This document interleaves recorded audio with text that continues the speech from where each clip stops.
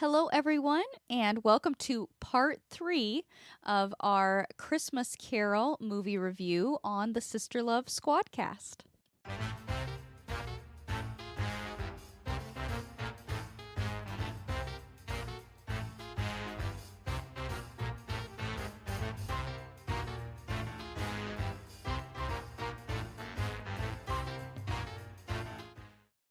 All right, so first off, we have two Christmas Carol versions that we will be reviewing in this episode. Didn't watch part 1 and part 2, please go do that, and you'll see all the other versions that we watched Christmas season of 2025. But we will be starting with the Patrick Stewart Christmas Carol, and since it's been a while, we are rewatching it as we were recording, so we're reviewing it again in real time. All right, so one thing that we're supposed to be watching for in this rendition, one of our faithful listeners, Colin, does want us to compare his performance in this to his performance as Captain Picard, because obviously Colin is a Trekkie as well as us. So I think some people think his performance is like it's Captain Picard playing Scrooge. I think that's just because of his looks. I will admit, the first time I watched it, I felt like he was being Scrooge, but like it was a holodeck program. I think it's just because I've watched the show so much. I think his acting is really good. I think he's done a good job to this point. It's kind of the question that we've found ourselves asking in each rendition. What kind of a Scrooge is this? Each Scrooge has a different way of being cold or cruel or selfish. And to me, I think the first time I watched it, cold is what I see. He's just really cold. The one thing that I did notice is that he had a little bit more, not reverence, that's not the word, but for Marley. Yeah. That's what I thought. A little more relationship you felt at Right. first at the funeral. Right. Because the other ones that we've watched, it's like, oh yeah, he's dead. You know, but this one he admired his man of business, I guess. Yeah, and I thought it was interesting the way they transitioned the 7 years gone by. Because they showed him leave the funeral and go to the counting house. And they stayed on the counting house. But the sign got old and rusty and the windows got dusty. And it's interesting that the fact that Marley isn't there, the place isn't being upkept. Obviously, Yeah, it had... interesting. Yeah. Which is something you don't see from other, Scrooge has just let even the counting house go down. Maybe that was Marley's side of it, what he contributed. That he kept the business looking presentable and having a good front. True. One thing is, you said he was cold in this one, almost to the point of he doesn't even know what he's saying. The other ones are being mean and nasty and almost thought out, with especially the "Are there no prisons" lines. He was almost like it came out of his mouth before he even thought about it. He's so matter of fact that I think that's where the admiration for Marley in this one comes to, that his business is his life and that's all he sees. Because even when they said, well, he died on Christmas Eve, didn't even dawn on him. Yeah. He doesn't even think about the day or about anything outside of his books and his business. Right, you saw that like, oh, yeah, I guess it was 7 years ago today. Oh, sorry. The only part when I first... And now I've watched it a couple times, so I'm having a different perspective. But the very first time I had trouble with the way they started it, because in this one showing the funeral, I personally wasn't fond of the throwing around of the line, dead as a doornail. Yeah. I guess it's a different perspective, but it's like they threw it in there and kind of made a joke about it. And it just, to me... See if anybody else thought this. I thought it made it drag a little bit, like it didn't grab you right away. I loved it. You did? I loved it because those were lines from the introduction by Charles Dickens. Was it? They were, yeah, it's from the... Charles Dickens goes into, I don't know what's particularly dead about a doornail. Oh. So I thought that was cool, having read that part of the book. That would make sense then. So they turned it into a conversation. I kind of liked it because it is a question that, I've always heard when that was quoted. I think even Linda, you did that when you first, were introducing the Christmas Carol to us. You're like, well, I don't know how dead a doornail is, but Yeah, I He kind of was liked dead. it. I always wondered that as a child. yeah, Dickens thought a coffin nail was more dead. yeah, But that's Yeah. neither here nor there. yeah. And I like the way that Scrooge took it and was like, it doesn't really matter. This is a pointless conversation. He's dead. That's kind of how Dickens ends the paragraph. Yeah, he doesn't seem angry in this one, actually. No. It's just like annoyed. Yes. Mhm. Now, that is a little bit of a Picard action. But Picard is always annoyed with a soft side to it. Like, Well, you can always tell that he honestly cares about something. The way he's doing Scrooge is like, that's just who he is. Like, his flippant comments about the poor and talking about the workhouses and that, it was all done in a vein of, if everybody would just be like me, then we wouldn't even be having this conversation and everybody would be fine. Well, that's what I'm kind of getting at. Because Picard, when somebody can't understand what he's saying, or when they're just kind of, I don't know, being dumb, Mm-hmm. he has that look on his face. Like humanity, well, not just humanity, Q will do the same thing to him. Yes. They're just hard for him to take. Mm-hmm. But there is a meanness, and this movie seems a little more dark.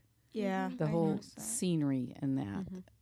than Although George C. Scott's was pretty dark in the Yeah. beginning. One thing with your talk about with Picard versus Scrooge, how they're annoyed. Yes, Picard will get annoyed, but kind of like what Jaylee was saying, there's always a side he tries to see the humanity in everybody, even Q.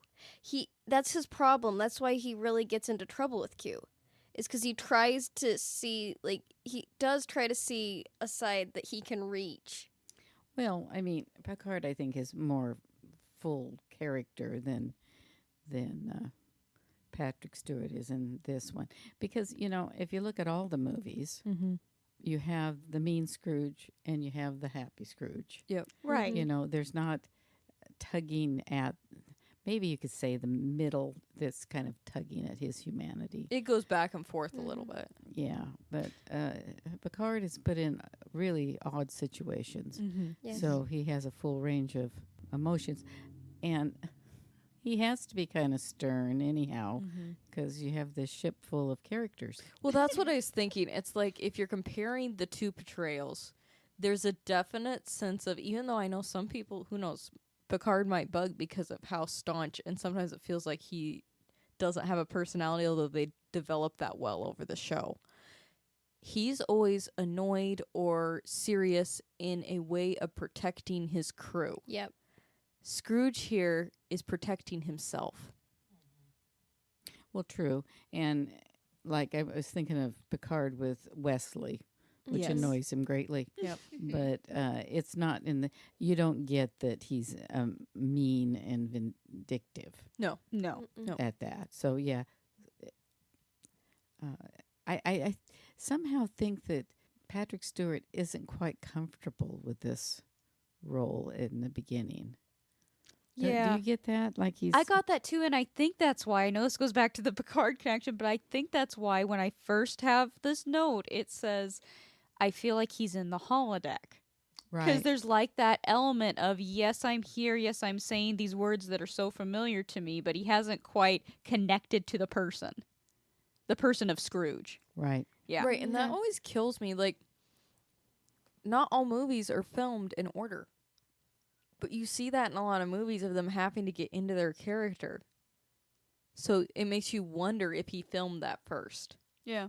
The part that I had another note on was the carolers. That was very dramatic in this one. Yes. Like, as much as he was cold, I think that's where the annoyance came in. You know, it showed more of this is on his last nerve. At the other ones, he kind of just comes out and barks at him right away or brushes him off. This one, he like scared him off, that kid off. Albert Finney did the same thing. That's why I was wondering. There was another one. Yep, Albert Finney came out with a stick. Yeah. Well, obviously, the marketing team really liked his holding the cane up, because that was literally the poster for this version of the movie. Oh, really? Yeah, it was him holding his cane up the whole world in the poster. He did that well. Yeah. Yeah. So, what does everybody think of this Cratchit? So far, he's still gonna have to win me over. That's me. I gotta say, I did kind of like. He is definitely a very, very, very meek version, Mm-hmm. Very timid. but I did kind of like his bravo towards Freddy because he didn't overdo it. I didn't think, but he did make himself known.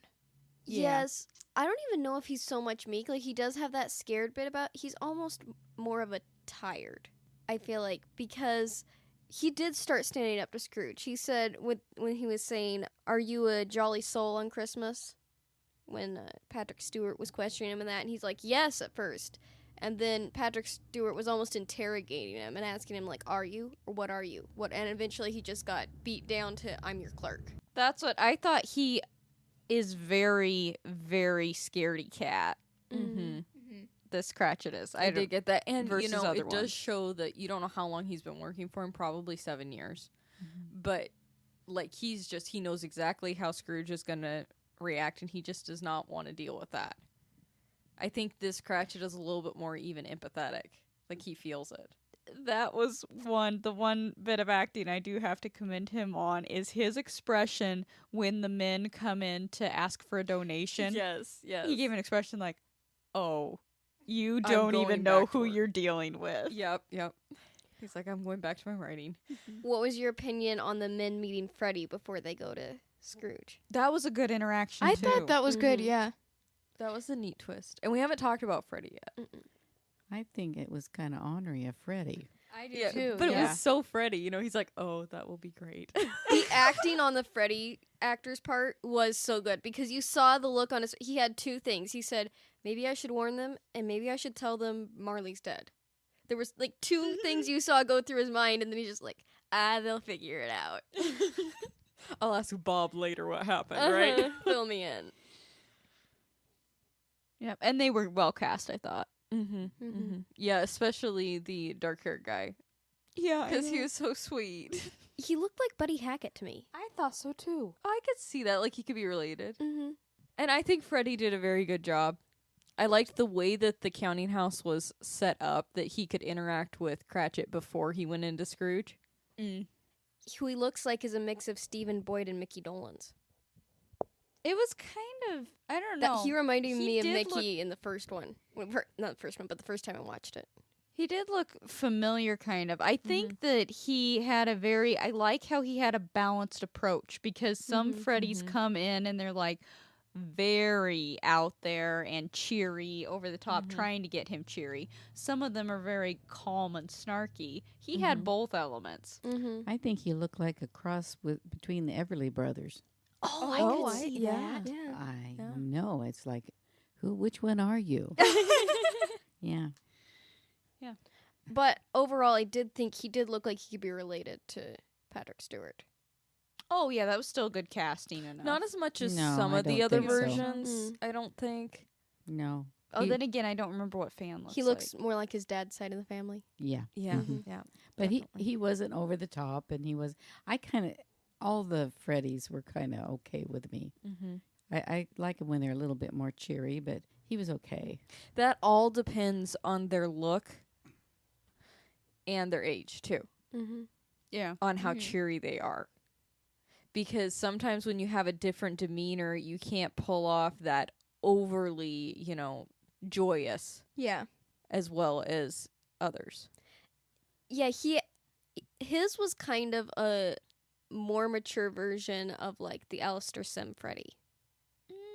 Like he had the same joy, but there was also a mature aspect to it. Like kind of like he's been at this a few years. He knows how to deal with Scrooge too. What I gather is what you said about his conversation with the two men. I think he has a little bit of an ornery streak. Yes. Not in a That's mean what way. I got. But I think this Freddy kind of likes to poke at his uncle. Definitely. Oh, I had one more note on the caroler. I wrote this down. I like that they used, and I'm gonna torture his name, Good King Winchilus, whatever Winchilus. I don't know how That to one. pronounce it. That carol. you know, That everybody knows. because the carol is about someone with a lot of money looking out and helping the poor. Oh, yeah, that's true. Mm-hmm. So when he's singing that at Scrooge's door, that makes a big impact. Can I just say, too, before we finish this section, that Mhm. I love how they had the holly and the ivy in the background. Yes, they did. I always didn't like they? when they involve that carol in the background. And I'm going to say something, and I don't like to pick on anybody's physical appearance or any of their shortcomings. Yes. But the first note that I ever wrote down of this one is it was hard for me to get used to a Scrooge with no hair. My number one note also. Yes. I said Scrooge needs long, untamed hair. I don't mean to be rude, but it was a little bit shocking. It was. I mean, On- they could have put like a wig on him. Could have. Yeah, a I fall or think that's something. what partially makes you think Picard. Mhm. when Yeah, I you're think so, watching it, too. too. That's why I said I think a lot of it's his look. So you have to kind of get into the groove of, okay, he's trying to act and be this person. He's a different person because he just has that distinctive. Right. He has look. a distinctive look. So, yeah. And he is a good actor. So, Mhm. you got to look past that and see that he is acting differently than Captain Picard. I was thinking over here about what you're saying about the straggly hair he needs to have, that sort of Mhm. thing. He could even have been bald on top and have the scraggly hair. But Mm-hmm. knowing me, Mm-hmm. Yeah. I probably would have been distracted and thinking, should he have had that hair or not the whole time? Does that make him look odd? Well, But that's me. I think it was easier for me to see him as Scrooge, get into the character, I think, than if picture it. I just can't do it. yeah, I can because, Well, and you're better than me. no, you should be able to as well Yep. because you've seen it. Yep. You have. We watched the Moby Dick with him as Captain Ahab, and he had hair in it. And it was disturbing, Jaylee. No. The hair was not disturbing.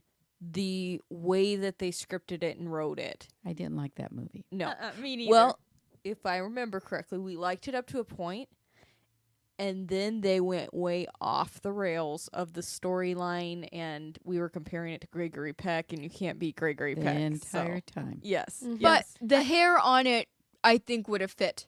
it it- looked natural. It did. Yeah. And it made him look different. It did. I gotta be with you, though. This couch over here agrees. Uh-huh. Yeah, that it would have bothered me. Yeah. Yeah, it would have bothered me. So, I think it probably would have bothered me more than, the no hair. Okay, let's throw Well, this. this bothers me. Let's throw this into the mix. What if they had given him a beard? Because in the book, he does have a little scraggle. Oh, I don't know. Actually, he had a little scruff. It was Yeah, he did. really fine. Yeah, that's kind of what's I guess so. it's not that big a deal. No. No, but this is what 6 women talk about. Right. All right. Yeah. Is everybody ready to move on to Marley? You're All gonna right. try to mustache or a goatee. We're done. Personally, Mm-hmm. I thought the scene was a fail. Me too. Patrick Stewart, Mm-hmm. I didn't see any emotion at all. And in some of his lines he delivered, it was almost like, I have to say this or something. I don't know. It just, the ghost was okay. I thought it was lame. Well, but I mean, he was okay. I'm wondering because they're obviously using, more modern special effects. I mean, this was 99, I think. Mm-hmm. So more modern than some of the other versions that we watched. Was the actor for Marley even there when Patrick Stewart had to act his parts? Yeah, that's what I Well, was that would wondering. explain it. That really would. To me, I had this note, and maybe this isn't what you're describing it as, but to me, he literally seemed like he went into Picard with another alien mode. What's the deal here? Explain it to me and what I have to do. That's all I got. I didn't Yeah. even get that. Oh. I think it would explain it if the actor was not there with him. Or was the actor in a green screen suit? At And this not- point, it doesn't look like that. It looks like it's an overlay. He just looked like he was struggling. He hasn't been consistent in the role. Mm-hmm. Like, if he was going to play it the way he played it in the beginning, now he's leaning more towards the snarky side. Well, he wasn't even afraid. That's what I really. thought, Even when yeah. he went and hid, he wasn't afraid. He wasn't even like, what is this? I mean, even if you're, a crummy person, you can be afraid of something like I that. felt like he was more disturbed at the early apparitions, like the door knocker and the fireplace. See, even the door knocker, the first thought that ran through my head when I watched it is he stepped back a little, like, isn't that weird? But that would scare you. Well, he did a little bit of that, but then when it was gone, he went, oh, okay. Like, I know. that was really bizarre. He didn't do that. Mm-mm. He just went on with his life. Yeah, and I'm trying to, because like George C. Scott, we kept saying, it was like nothing flapped him because he was that hard. And I'm trying to think the way he portrayed it in the beginning, how that applies to his acting in this scene. It doesn't. Shell's right. It's not consistent. Mm-hmm. And I felt like, okay, so he had the whole exchange about the food and all that kind of stuff. And then I didn't like where Marley took the tie off and his jaw dropped and the Scrooge had to come up and help put it back. It didn't make sense. Like what? What was the point of that? Well, the reason is because when you die, your jaw drops open, and they tied it up in those days to keep it shut. Now they surgically, But he'd already Shut your been jaw. talking, so why did his jaw drop? And why did he need to take it off if he was talking? Yeah. And how could he touch him? That's what I was thinking. Mm-hmm. It's like Marley is the untouchable ghost. Mm-hmm. All the others he can touch.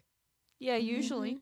It was like they wanted to just use an effect and they threw it in. And right after that happened, they cut to why do spirits roam the earth? And I say cut to That's because the line, it wasn't it? felt, Yes. it felt like they cut a whole section of the scene. They did. They had I mean literally, like they filmed it and then they cut that part out and skipped to that, and it made no sense. That's the line. Yeah. Yeah. It's all of a sudden it's like you're acting like They'd had more conversation. or something. Yeah. Like, this is a line I have to say, but it doesn't make much sense. You're right. I did catch that. Yeah. Yeah. Why do spirits walk the earth? Yeah, it's like so random. The way he said it, yeah, that's the one that stuck out to me too. So one thing I thought about Marley is I thought his delivery would have been a okay delivery before his jaw dropped, okay? Because he did act expressionless and dead. Yeah. Mm-hmm. So there are ones who play it more like that, actors who play it more like that. So I would have been fine with that portrayal, but once his jaw opened, then he kind of became animated, but not, and it was done At least badly. he didn't do Sir Alec Guinness's floaty walk. No, he didn't do that. Yeah, I gotta give that to him. Line delivery, I have a hard time with this because I thought he was the most lame line delivery Marley. Yeah. I mean, he walked in, he didn't have any kind of, like, there was no emotion. Like, maybe that's the point because he's dead, but there was no pleading. There was no anger. Also, I disagree. Oh. Because I think I liked this guy better than Alec Guinness. the thing is Alec Guinness is on the whole other side of the scale. There's Joel Grey down here with no emotion. That's and then not Joel there's- Grey. That's not Joel Grey. Didn't you say that, Joel? No, Joel Grey is the ghost of Christmas Past. Oh, well, sorry. Who is it? Do you know who it is? Yes. I went through that whole scene thinking this was Joel Grey. He's Bernard Lloyd. Right. You have Bernard Lloyd down here on this side of the scale. Then you have Alec Guinness on the whole other side of the scale overacting. But it was a musical. So Yeah. that one I can kind of give him a little bit of space. This one, it was so underwhelming to me. Yeah. I did. So this scene is supposed to be kind of dark and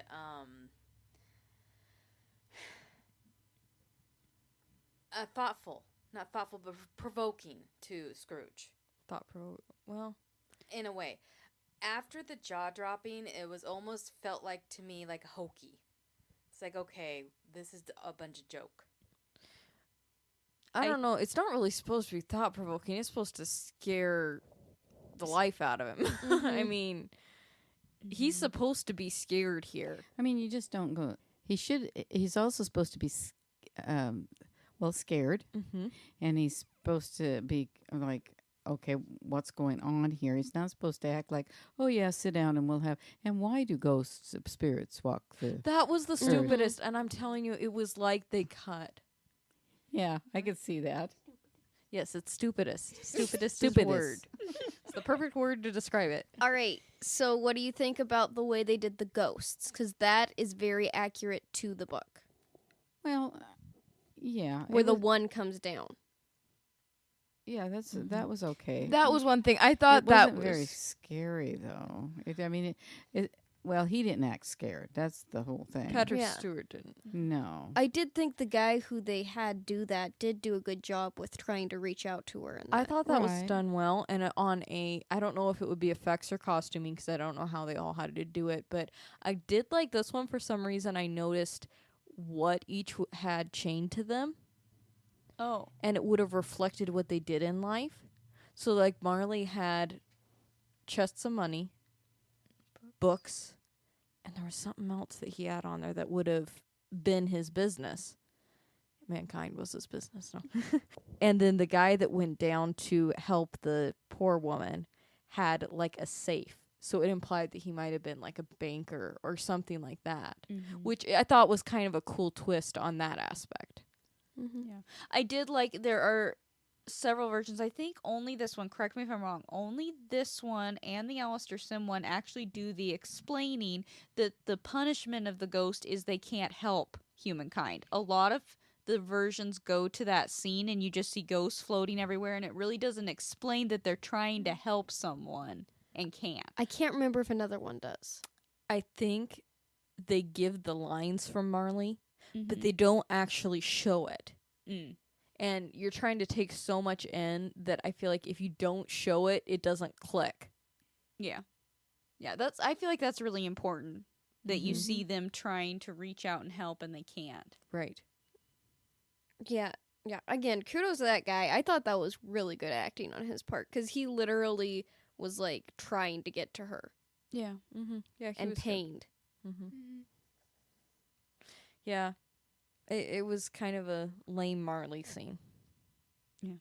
They should have given the role to that guy who was What trying guy? to help the lady. Oh, he should have been Marley Yeah. instead. Well, I think the actor had potential, but the whole thing was scripted badly Yeah. Something. or directed badly. You know, sometimes the acting gets blamed on the actor, and it's the director suppressing. Mm-hmm. I don't know. All right, let's see what we think of The Ghost of Christmas Past. Long past? No, your past. Well, for me, Mm-hmm. Patrick Stewart hit this one out of the park. I thought so Yes, too. yes. He did. He was what I expected. He had all the emotion and it was needed. I Mhm. could see that. And And yet he was, he played it more cold when he was seeing himself as a child. I felt like, I don't know defended if it was a little bit. cold or just removed. Mm-hmm. Or it was too big of a hurt. He was Mhm. bringing him somewhere, especially before Fran, in this case, came. He was bringing him somewhere he didn't want to feel. Mm-hmm. Which is interesting. One thing I made note of the first time we watched it is that the spirit had to touch his heart for them to move. That was interesting. That's in the book. They that he has to. included the line about the window where I'm Mhm. mortal and liable to fall. And then, he said, all I have to do is touch here. And then everything melted away from his room and they were in the past. What you're still carrying in your heart. Mm-hmm. Yeah. Hmm. That's really interesting. I thought the casting was well done. I did think that young Scrooge was pretty cute. But We've heard that several times.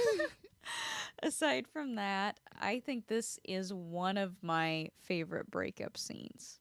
Mm-hmm. One of the renditions, and I think that's where you're talking about partially his acting. Mhm. It's like, oh, how sad is that when he's pleading with himself? He's removed To and go he can after her. see why are you giving all this up? Why are you afraid? I like most of them don't say that. He says don't be afraid. Mm-hmm. And the young actor portrays that he is so right, he won't. Right, won't he do almost goes and then he decides not to. it. Yeah. Because before he goes into pleading with young Scrooge, he says to the spirit, "Why does he not speak?" Yeah. Mm-hmm. Why doesn't he say anything Yeah. to her? Why? Yeah. Yeah, he's removed himself from that person Mhm. because he's looking back on it. And one thing I noticed in Belle's speech, she kept calling him my love Yes. Mm-hmm. and referring to him that it was more like she was giving him that chance Yeah. of you can either continue on the path you're going or you can go back to the person that I made a promise to. She even said something like that. Like, I'll always be in the love with the man you were. Mm-hmm. See, when she first came on the scene, the actress at the party, Mm-hmm. I didn't think I was going to like her. Right. In the role. But I have to say that her delivery of the lines was very natural and sincere. Yes. Part of that, and I think you said something about this, Linda, but was her outfit at the party. It was too yellow. Yeah. Maybe that Because- was they wanted to showcase her. I don't know.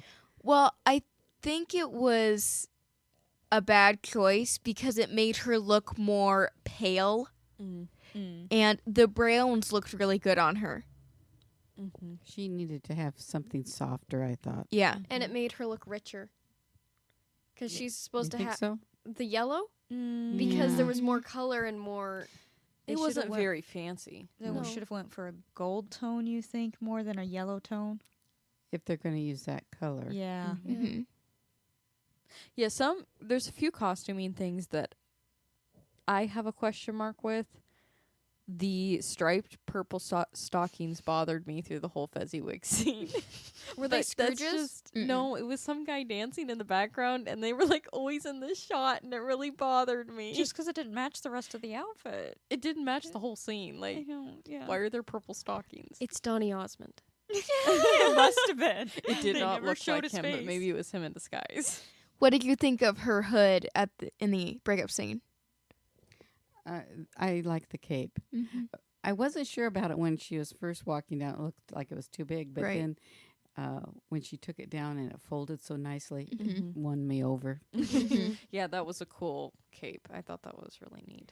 One thing, and I thought the actor did a great job, but the actor who played Dick looked more like Patrick Stewart. Young. Like he should have been young Ebenezer. Yeah, because it didn't exactly give away who Scrooge was at first, and I have a note on that. And I thought it was the actor playing Dick. Yeah, but I did notice, and this is going to sound really weird, when they then were walking together outside, Mm-hmm.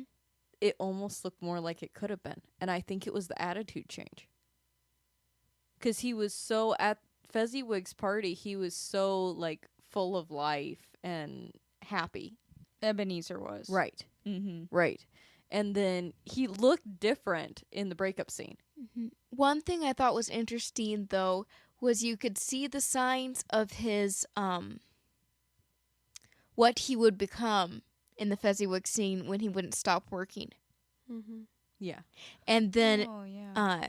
Patrick Stewart looked at it must have been accounting or something he Mhm. was doing, I saw that. in approval. Yeah, approving of his own work. Yeah. I also have to give a shout out to Joel Grey because this one is Joel Grey.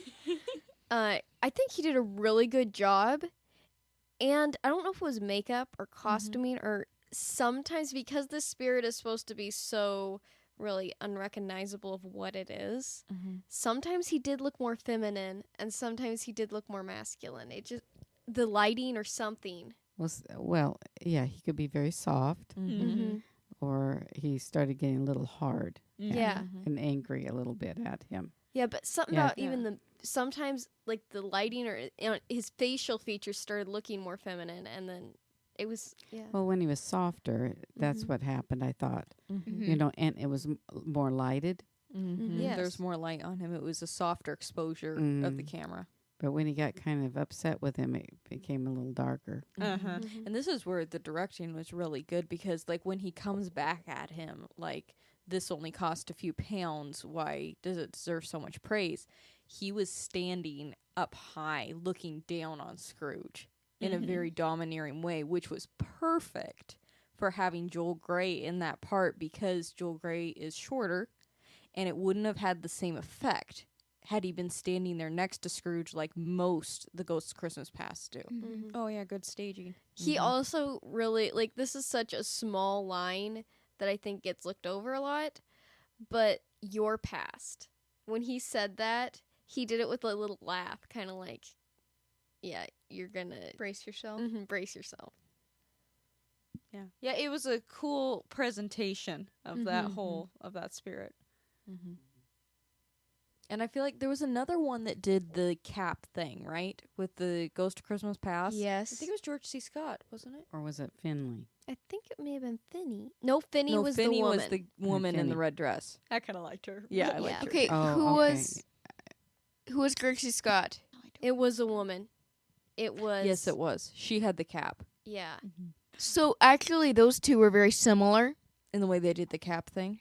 in the way they looked. George C. Scott's and Patrick Patrick Stewart's here. Yeah, because literally he looked like the masculine version, and she looked like the feminine version. Yeah. Of the Ghost of Christmas Past. Yeah, I kind of like the cap thing, and I know that Dickens included it. Well, but Dickens because created right, right, but it's in the book, so I like it because it does give a different message. That this one had a line where he said, "The cap was created by men like you Mm-hmm. to dull my light," and that's interesting. That because we can't stand as fallen humans to see the truth and see the light. It blinds us. So it's just it makes you think a little bit more about the Ghost of Christmas Past than just, she's taking them back in time and going over the past. And the fact that he pushed him to the point in this one. Like, he was starting to even be okay with the light, and he started with Fezziwig. You can see the change. Then when he went to that place of extreme hurt and pain, he had to put the cap on him. Yep. It's like, I don't want to hear anymore. I don't want to see anymore. Scrooge, in this last, he thought that wealth would bring freedom, Yes. and it actually did not. It brought when human beings go out for freedom and to try to make it outside of the will of God, they always paint themselves in a corner, Yep. and that's what I think that's what the old Scrooge was yelling at the young Scrooge. Don't do this. That you have so much more in her. Yes. Right, right. All right, any other thoughts on the Ghost of Christmas Past? All right, let's move on to the Ghost of Christmas Present. Well, I had a few notes from the first time we watched this one. I didn't think the transition from the Ghost of Christmas Past to Ghost of Christmas Present was done exactly to set the mood for the Ghost of Christmas Present. Usually the door is shut and you hear the Ghost of Christmas Present laughing in the other room and beckoning Scrooge to come in when Scrooge is in the other room. No communication really happened until Scrooge walked through the door. Yeah.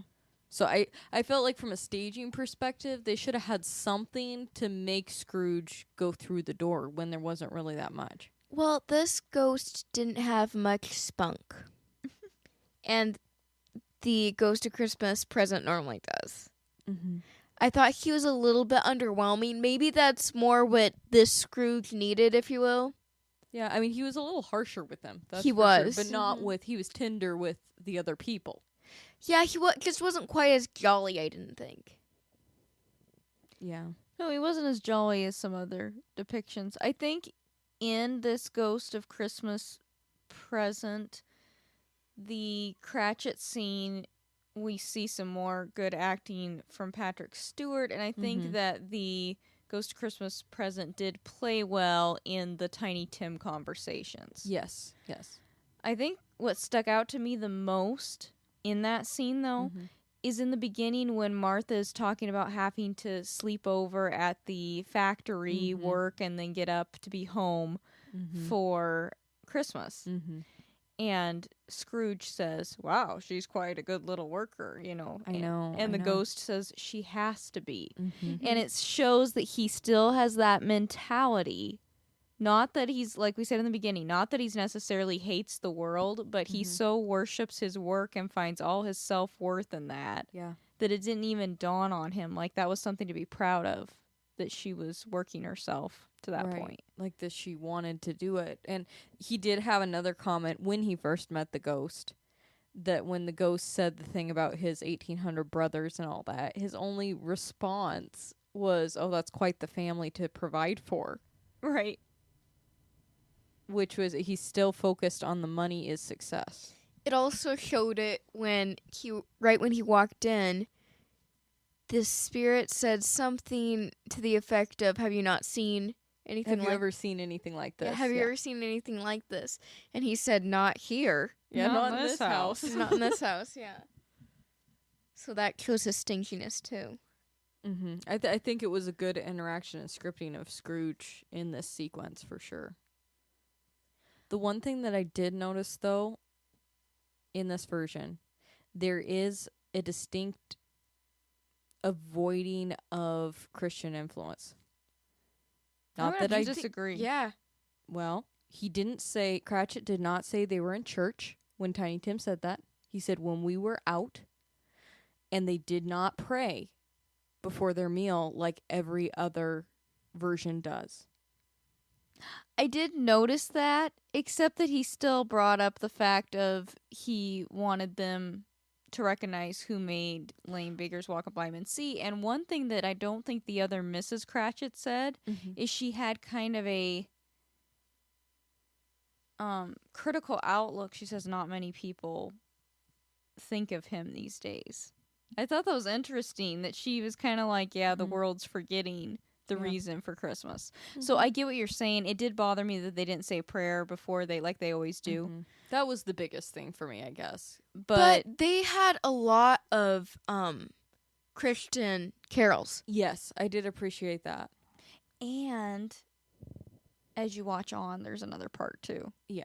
That makes an impact. So I thought a kind of neat twist on it was when Tiny Tim started singing Silent Night. The ghost of Christmas Present went through different people, different eras, like the lighthouse and the ship and then the coal mine, and it went all throughout the song. Different areas of the world, yeah. Yes. yeah, I thought that was cool the first time we watched it too, showing that everybody was singing Silent Night and it united everybody in the true meaning of Christmas. And that is in the book. They go throughout, on the sea a lot. And then they go to Freddy's party, and then they go to the prison and all that. Yeah, that actually happens in Muppets too. Does it? Yeah. Yeah, They do. they went around the world. Yeah, so I think I kind of like it when they add those little details that a lot skip over. So how about Freddy's party? How did everybody feel about the acting and the way they handled Freddy's party? One thing I have to say, when they don't have Topper at Freddy's party, it misses a lot. Yeah, He he is a adds an element. Big part of Freddy's party. It's only Alastair Sim's version and this one that actually have Topper to name him. yeah. To make him actually a distinctive character. And he's like one of the only other characters that are named in the book. A lot of Freddy's wife's sisters are said, they describe them, but they don't really name them. And then I looked in the book. This isn't mentioned.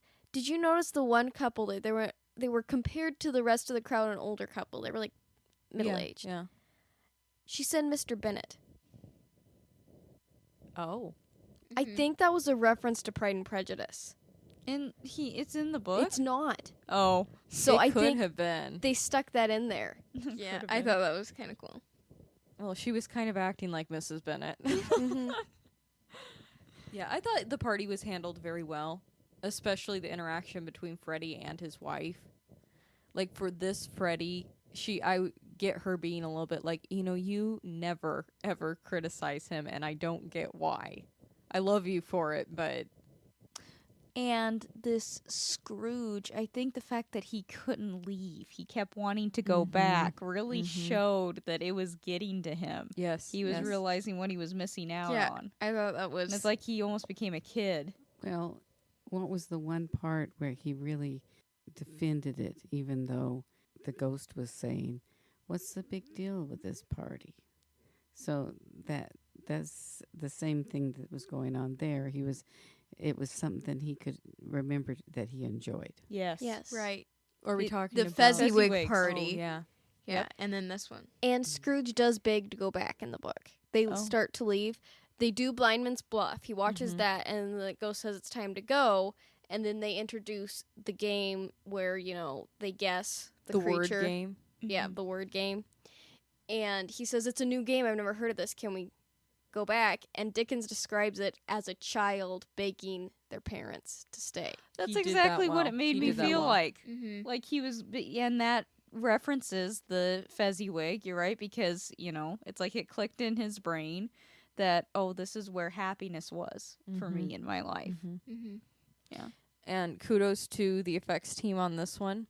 When they exit the first time, the ghost and Scrooge walk through the piano. When they walk through the piano, it's like when you hit an upright piano and you can hear all the strings I vibrate. didn't even notice that. Yeah, That there was was that cool. noise in it as they walked through it. It was like the all through the piano. And of course, they did the aging thing with the ghost on this one, which is something that I didn't know from the original version, the versions that I watched before we did this. I kind of liked it for this one Mm-hmm. because he was more of a tired ghost, I felt. Mm-hmm. So I think it needed to happen Mhm. for this one.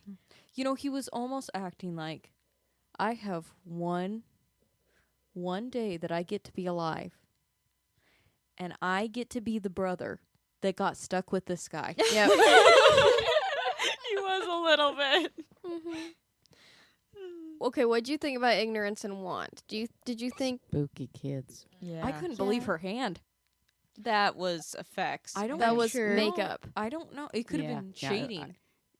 No, I could see where it was like a lump on the top of her hand, like Mm-hmm.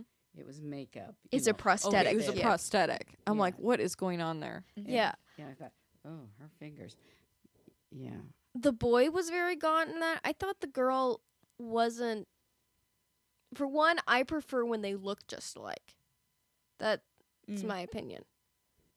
When they look like siblings, like They they didn't. kind of looked like siblings, I thought. They didn't look like twins, but they looked like siblings. The acting was interesting on the way it was directed because Ignorance, the girl, clung. No, she's Want. She's Want. She's Yeah. Want? Yes. Uh-huh.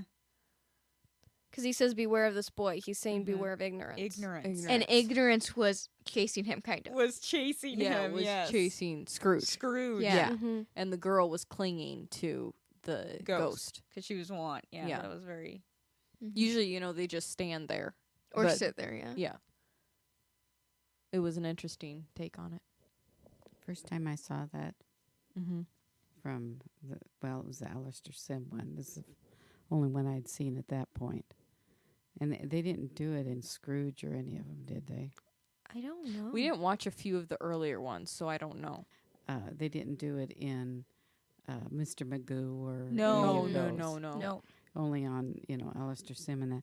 But I remember that scared me more than the ghost of Yet to Come. Oh, yeah. Oh, yeah. Yeah. It was I like, remember you what- warning us when we what were is little. That? Yeah. Mhm. Yeah. Well, and now we're getting off on that version a little bit, but they really do scare you because he just opens up his robe and they play the music and these kids look really sickly. So it's like, yeah, that part is pretty shocking. I gotta say, a lot of the kids, I think, are copied off of that one. Mm-hmm. Because I can't remember, was it George C. Scott? George C. Scott was like twins. Yeah, they Yeah. looked, yeah. See, the ones in Alastair Sim look like twins, too. Yep. Mhm. Mm-hmm.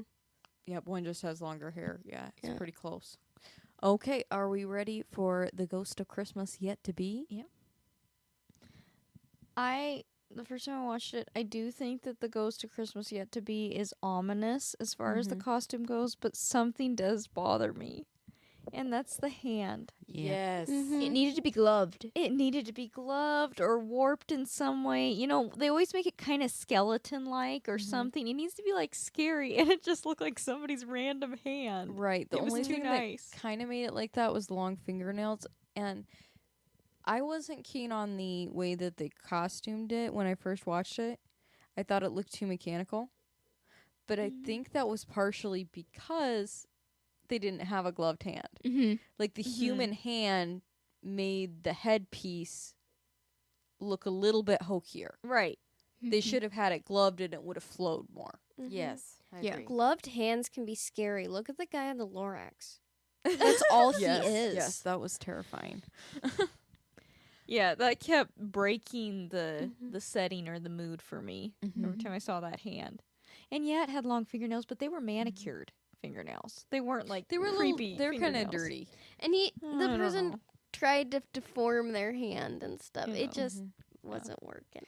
But aside from that, Mhm. I do think that the progression and his transformation to him realizing that he needs to change was done well in this Yes, yes. And he was very fearful of this one. one. Mm-hmm. This How do you most- feel about the eyes? That was kind of cool how there were no eyes. Yeah, That we talk do about you- after. but this is the only one that we watched that has eyes. What I did like about the eyes, although it was Mhm. a little different, is they never looked you in the eye. No, they just Like it looked like the pupils were off to the side, kind of. Even well, when it he was almost looked addressing like it. cat eyes. Like Yeah. it didn't look like human eyes. Mm-hmm. Mhm. And then when he was asking for mercy, good spirit, when he got to the point of Mhm. tears, the eyes were gone. Yeah. And it started And that backing was away. the first to go. Yeah. The ice. Yeah. So that was all interesting. Mhm. If they'd had a glove, it'd have been perfect. Yep. Mhm. Yep. And this version did do the having to address his own fate and seeing the body on the bed and not being able to take the covering off to find out who it was. And I noticed at the very end when he was at the gravesite, he said, you saw it dawn on him. Was the dead man on the bed me? Mm-hmm. And he still, in this version, had to come face to face with his own corpse. Mm-hmm. Mhm. Yeah. Another thing was I thought was interesting in the stock exchange. He obviously didn't know who they were talking about, Right. but he did look at them like, "Well, you're being kind of cold." Yeah. The look he gave to them was, I don't know. It's almost like he probably would have spoken the same about somebody before. You know what I mean? I can see what you're Mhm. saying. Like, he knows these men. Yeah. It's like, you're being awfully crass and cold for who I know you to be. Yeah. Well, what did he say in the beginning of that scene? He said, "This is my home. Basically, this is my family." Mm-hmm. Oh, yeah. He would Mhm. know how they would behave. Mm-hmm. Mhm. And I get what Shelley's saying about you're also starting to see a compassion in him. Like he's starting to listen to other people's words. Is that what Right. you're saying? He's Yeah. starting to listen to other people's words and go, hey, that's kind of cold. Like, why would you speak that way? Yeah. He's starting to have feelings. Which is interesting, like I said in the beginning, how it's like he would just say these things without even thinking about it. Mm-hmm. Mm-hmm. Just come out of his mouth. He wasn't even putting thought into what he was saying. And they had the thank you very much guy in this one. Yes, they did. Thank you very much. Yep. That was happy So- about his death because the debt was The at debt was least put forgiven. off. Yeah. Mhm. Yeah, I think that is a very interesting aspect and does give the Ghost of Christmas Yet to Be a little bit of personality when they add that in. Because Scrooge asks, can I see some emotion connected with this man's death? And then the ghost shows him, not the emotion that Scrooge was looking for. And I have to give it to Patrick Stewart. His expression after that scene, he asked for emotion. He showed him that. He gives a look like, that is not what I was asking And for. you know it. He's like, how about a little tenderness? Tenderness towards a death, he says. Yeah, Yeah. he said a Mhm. death. Yeah, so then they go to Tim, Mm-hmm. which on that, what do you think about seeing Tim's corpse? I got the. Is he actually like dead? Yeah, I wasn't sure.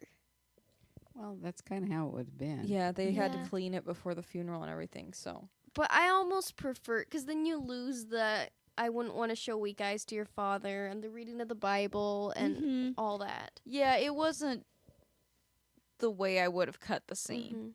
No. I think you could have left the part of him going up and seeing Tim, like when Bob Cratchit turned around and started crying. Mm-hmm. That I think was enough, Yes. and then they could have talked the talk that they had after he came back down from seeing Tim. Mm-hmm.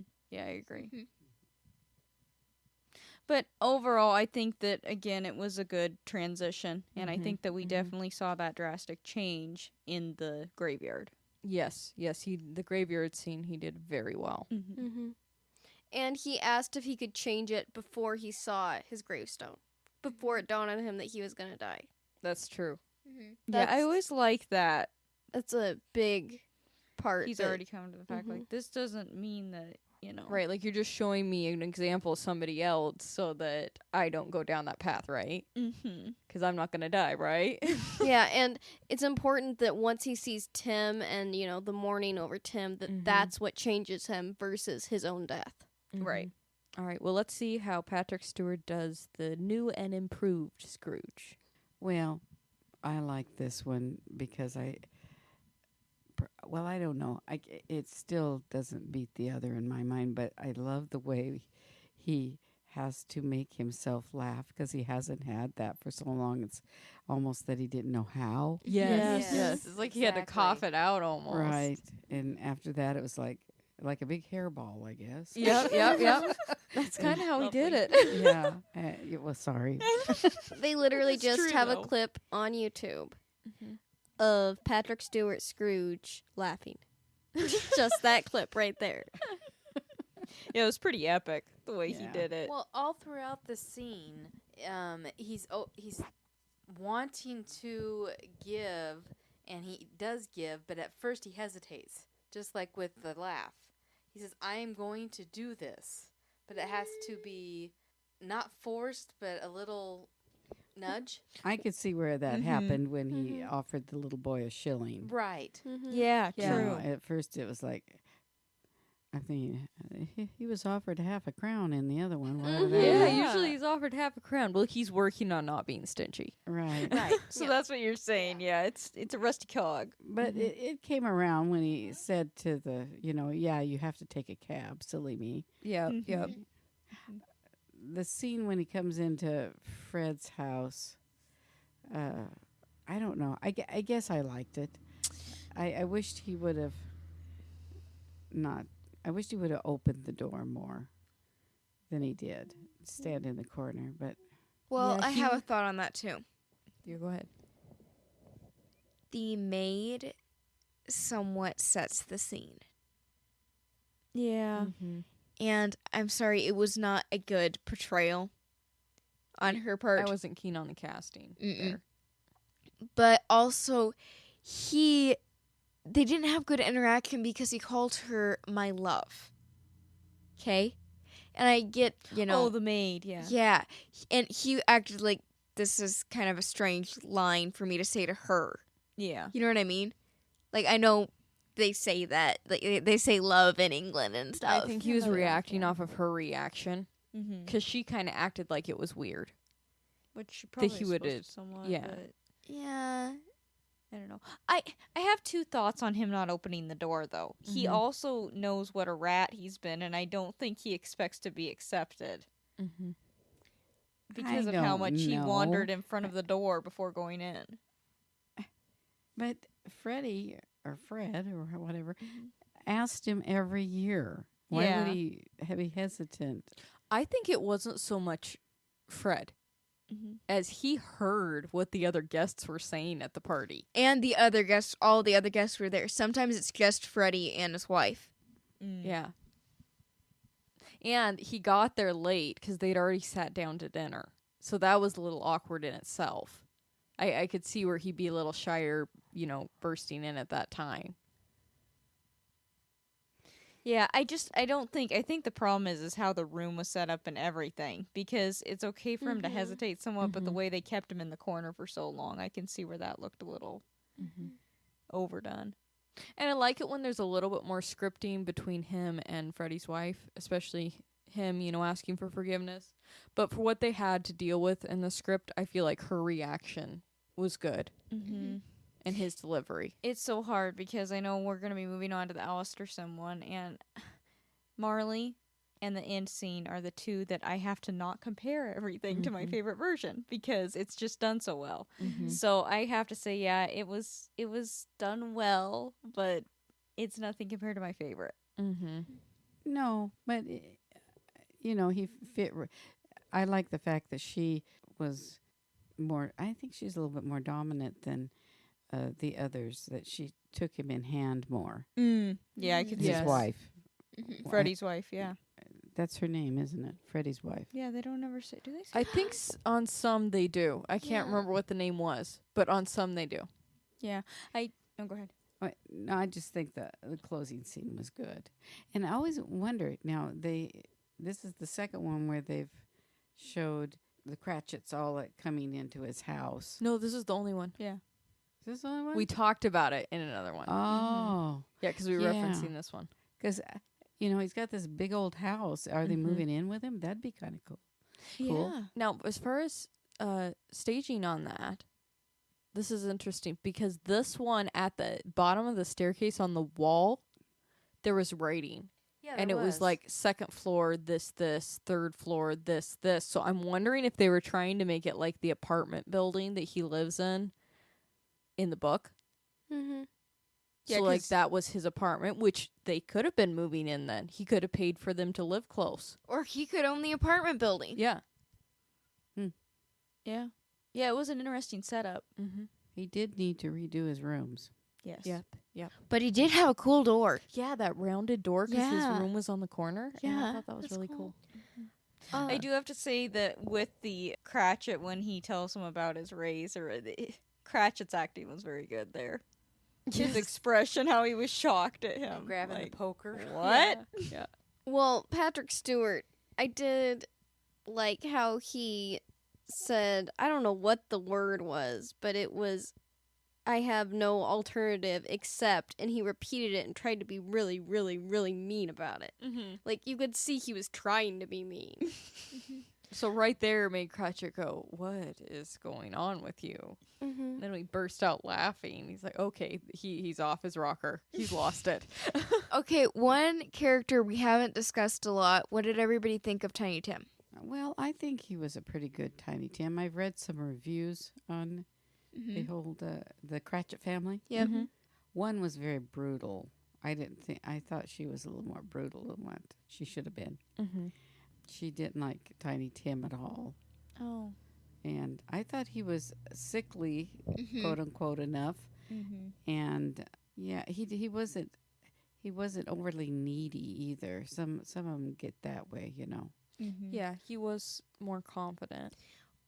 Yeah, Actually, one of my favorites, almost more than the Alastair Sim, because in my opinion, Alastair Sims has always been a little too old for my liking. He does it well. Yeah, he does it well. He does a good job. But the George C. Scott one, I gotta say, is my favorite Tiny Tim. He probably yeah, is the Mr. cutest. Magoo. Well, he's little enough. Razzle. See, he's kind of the live action version. Oh, This okay. George C. Scott one is. Mhm. Mm-hmm. All they needed was some raspberry dressing for him. Mm-hmm. Yeah. Actually, that kid could have been adorable singing that or saying that. Yeah, Yeah. because they did give him a Mhm. full song. Yeah. Mm-hmm. Yeah, he was a pretty cute one. I think This was one, I that feel that like was that there's Elmer just- Finney. I think it was him.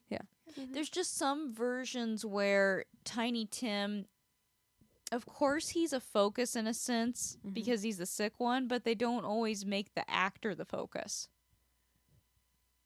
Do you know what I'm saying?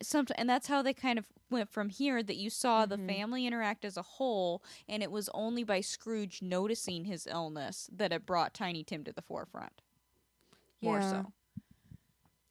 I don't know if I like that quite as well Mm-mm. because I think it should be showcasing. Like it worked for this version because Mhm. this Scrooge, you needed to have him notice things because he Mhm. was a person that noticed things, like hardworking Martha out Mhm. there. He noticed things to the negative that he thought was positive. Mm-hmm. But for most cases, I think you need to develop Tiny Tim's character because he's such a picture of grace through trial. Right. Being soft and loving and caring, even though he's even struggling more than the rest of the family because of his health. I wasn't big on Bob Cratchit. At work, he could have been wimpy, Mhm. but Yes. at home, I like the other versions where he wasn't. He's Mhm. he's not in the other. And this one, I think he was. I did too. Especially the scene where he says, the toast to Scrooge. Mhm. And, his wife is always crabby about it. Like, what has he done for you? But in every other version, he says, no. he's saying you need to be thankful for what we have, basically. Mm-hmm. He's like, in this version, he was more like, oh, yeah, okay, yeah, you're right. Yeah, he was more wimpy at home. I'm sorry, it did pop in my head that this reminded me of a live action version of Kermit and Miss Piggy a little bit. That's Yeah. a trail. Yep. Mhm. That's the other Cratchit where he's a little bit more, wimpy than. Right. Mm-hmm.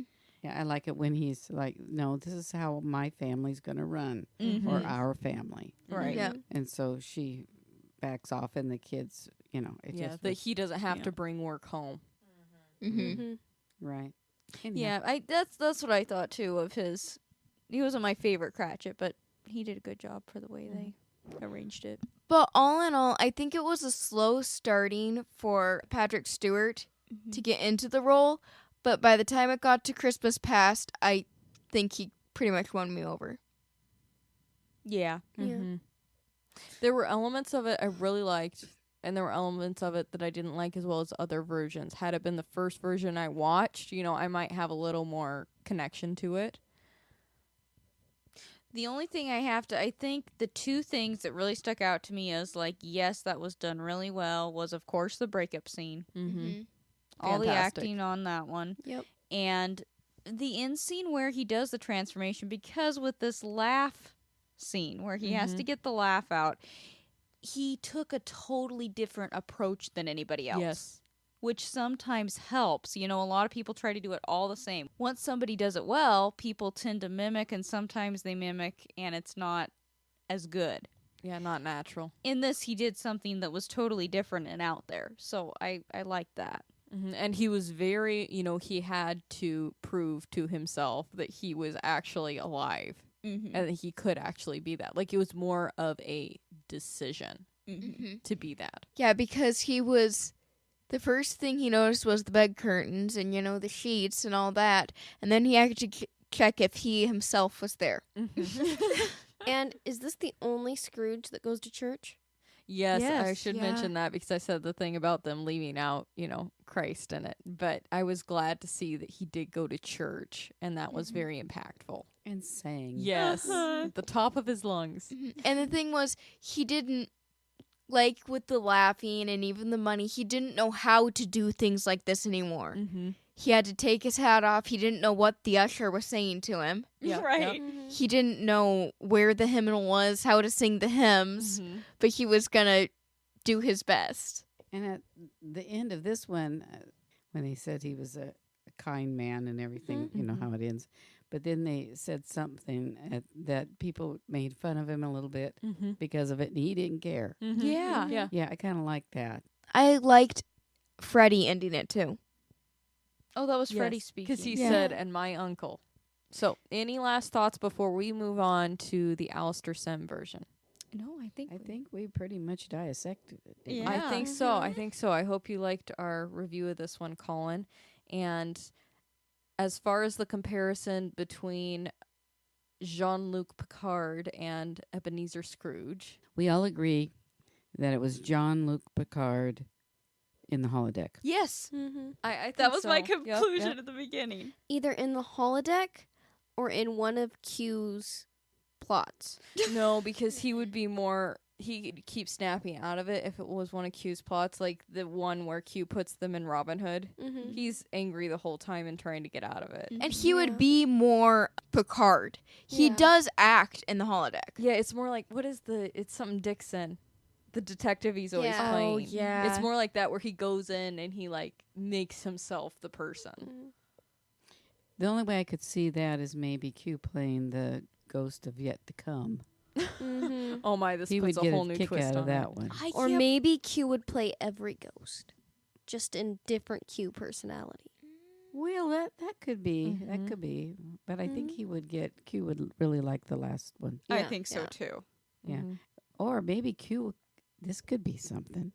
Q could play every character in the whole thing. you Oh know? my word, that was a missed opportunity. Yeah, That would have I been know. hilarious. Yes. That would have been. What they should have done is they should have had it more like Jean-Luc was having a dream. That way he wouldn't like be as much in control like when he sent him into Robin Hood. Mm-hmm. So it was like it was actually happening to Jean-Luc. And then he played every role. And then, oh my and then goodness. there's a Always. part 2 where Q is forced to be Scrooge. And all the crew gets to play every other role. By the Qdom. Yeah, the collective Q forces him to be Scrooge. You mean Sean Spencer's dad? Yeah, yep, Corbin Benson. Yeah. Yeah. Okay, I think that's enough of that. We digress. All right. Well, All right. yes, moving on to the Alastair Sim Christmas Carol. So before we dive into the review, I think that we need to be completely honest, and if you haven't guessed already, we are very biased to this version. So we'll try to look at it from an objective point of view, but It is our favorite. Yeah, it's our favorite. So as far as the opening scene, the way they opened it, the credits and everything, what was everybody's thoughts? You know it's going to be a good movie when they open it with a book. That is pretty cool. Look That at is all true. the classic Disney movies, and even I think like Court Jester. Doesn't that open with a book, I want to say? No, it opens with him singing, but maybe I don't know. I don't They know. use There that are a a lot. lot in the classic movies, and I think that's super cool. They use it a lot in Disney. What I noticed, it set the stage that you knew something was going to happen with the music, and then, but it doesn't leave you there. no. Then it takes you into the merriment of what's going to happen, you know. Mm-hmm.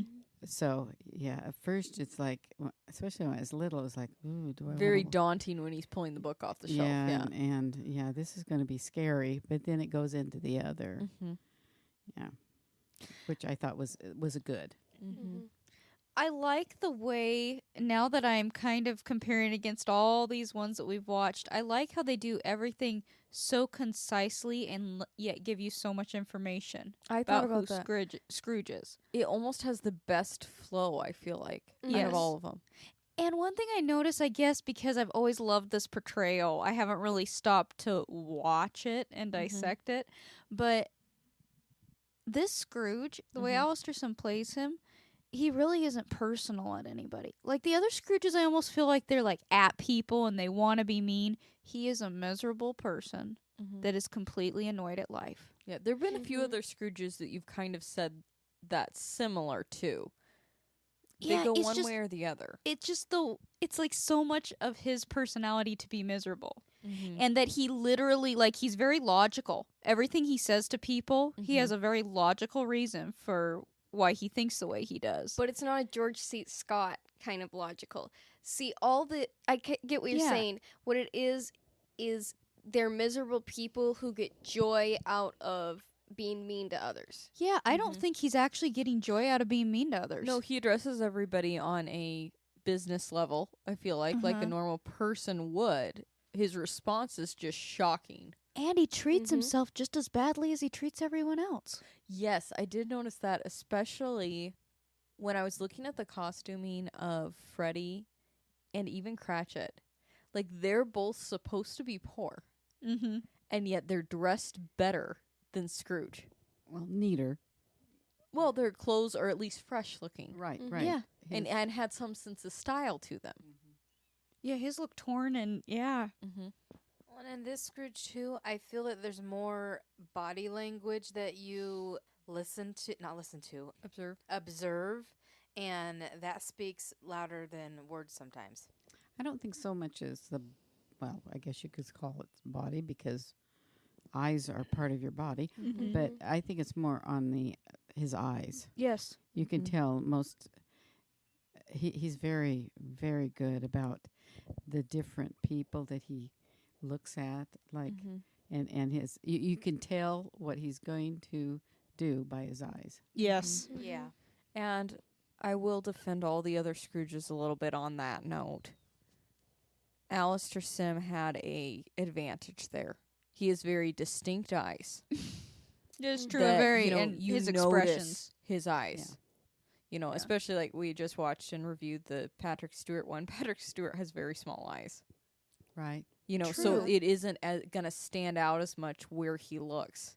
Alastair Sim has big eyes.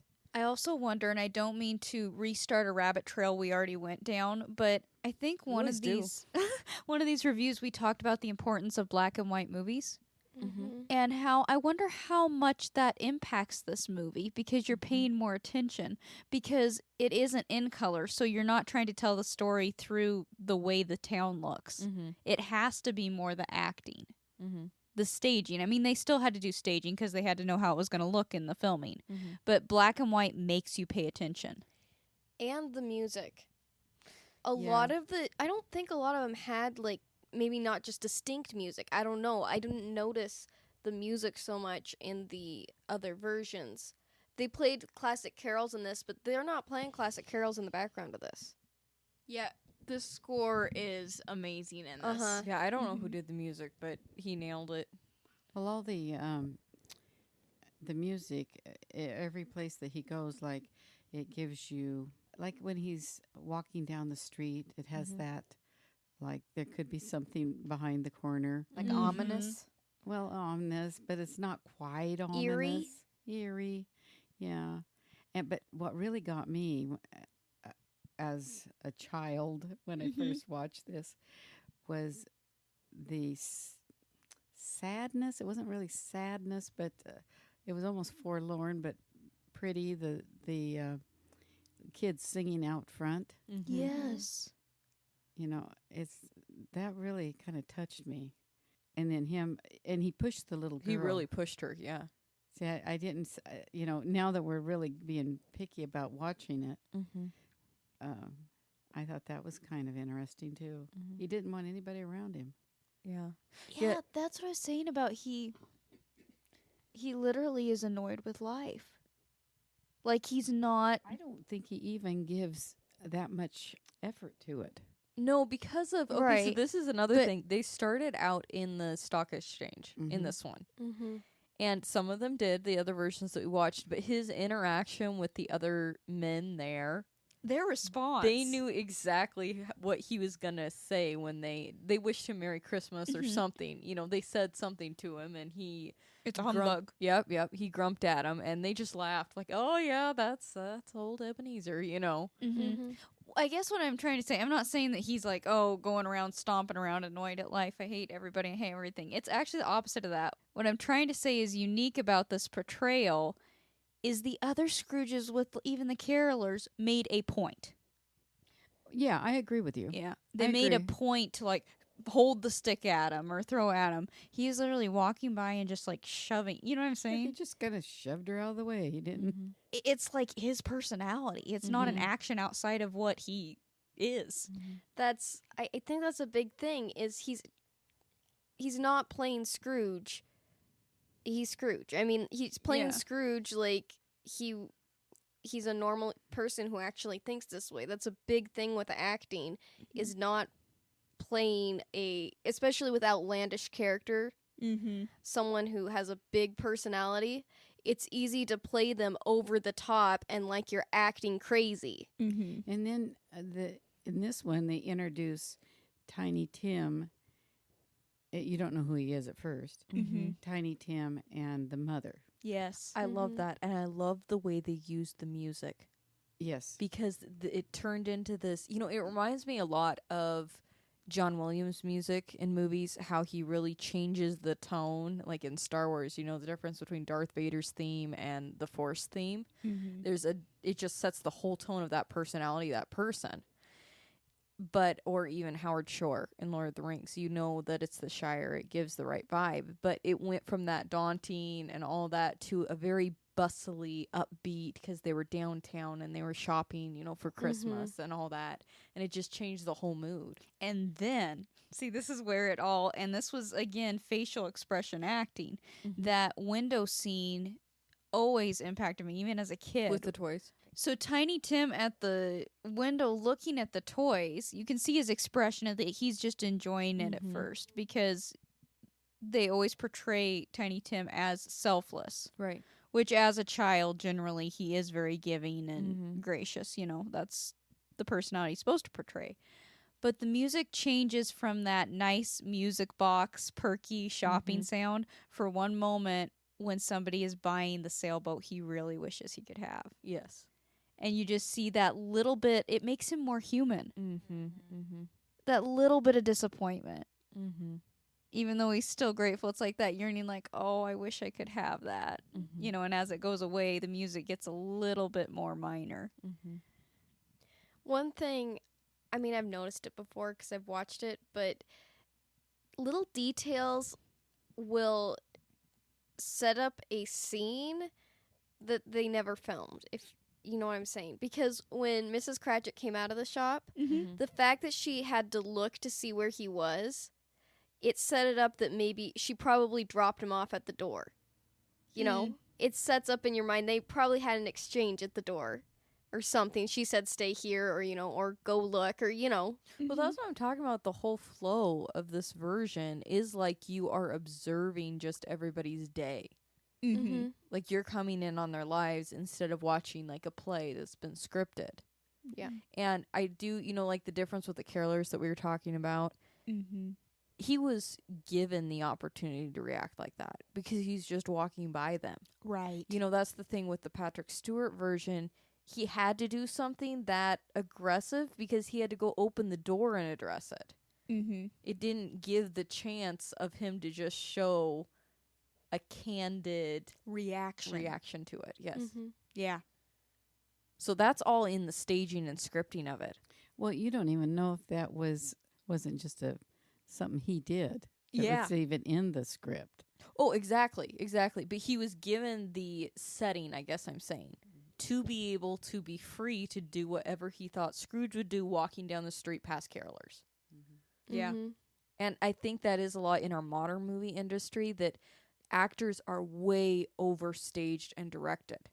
Yes. I've probably brought this up before, and I know I'm bringing this movie up a lot, but Star Wars, the original Star Wars, half that movie was not even scripted because George Lucas just let the actors go. Right. I think that was Princess Bride too. It was pretty. I read Carrie Ellis' book on Mhm. that. It was pretty scripted, but there was definitely everybody was family. Yeah. And so there were things that definitely were candid in the movie, more so in actions rather than the script. And I have to say that there is at least one modern trilogy that they do a good job of acting.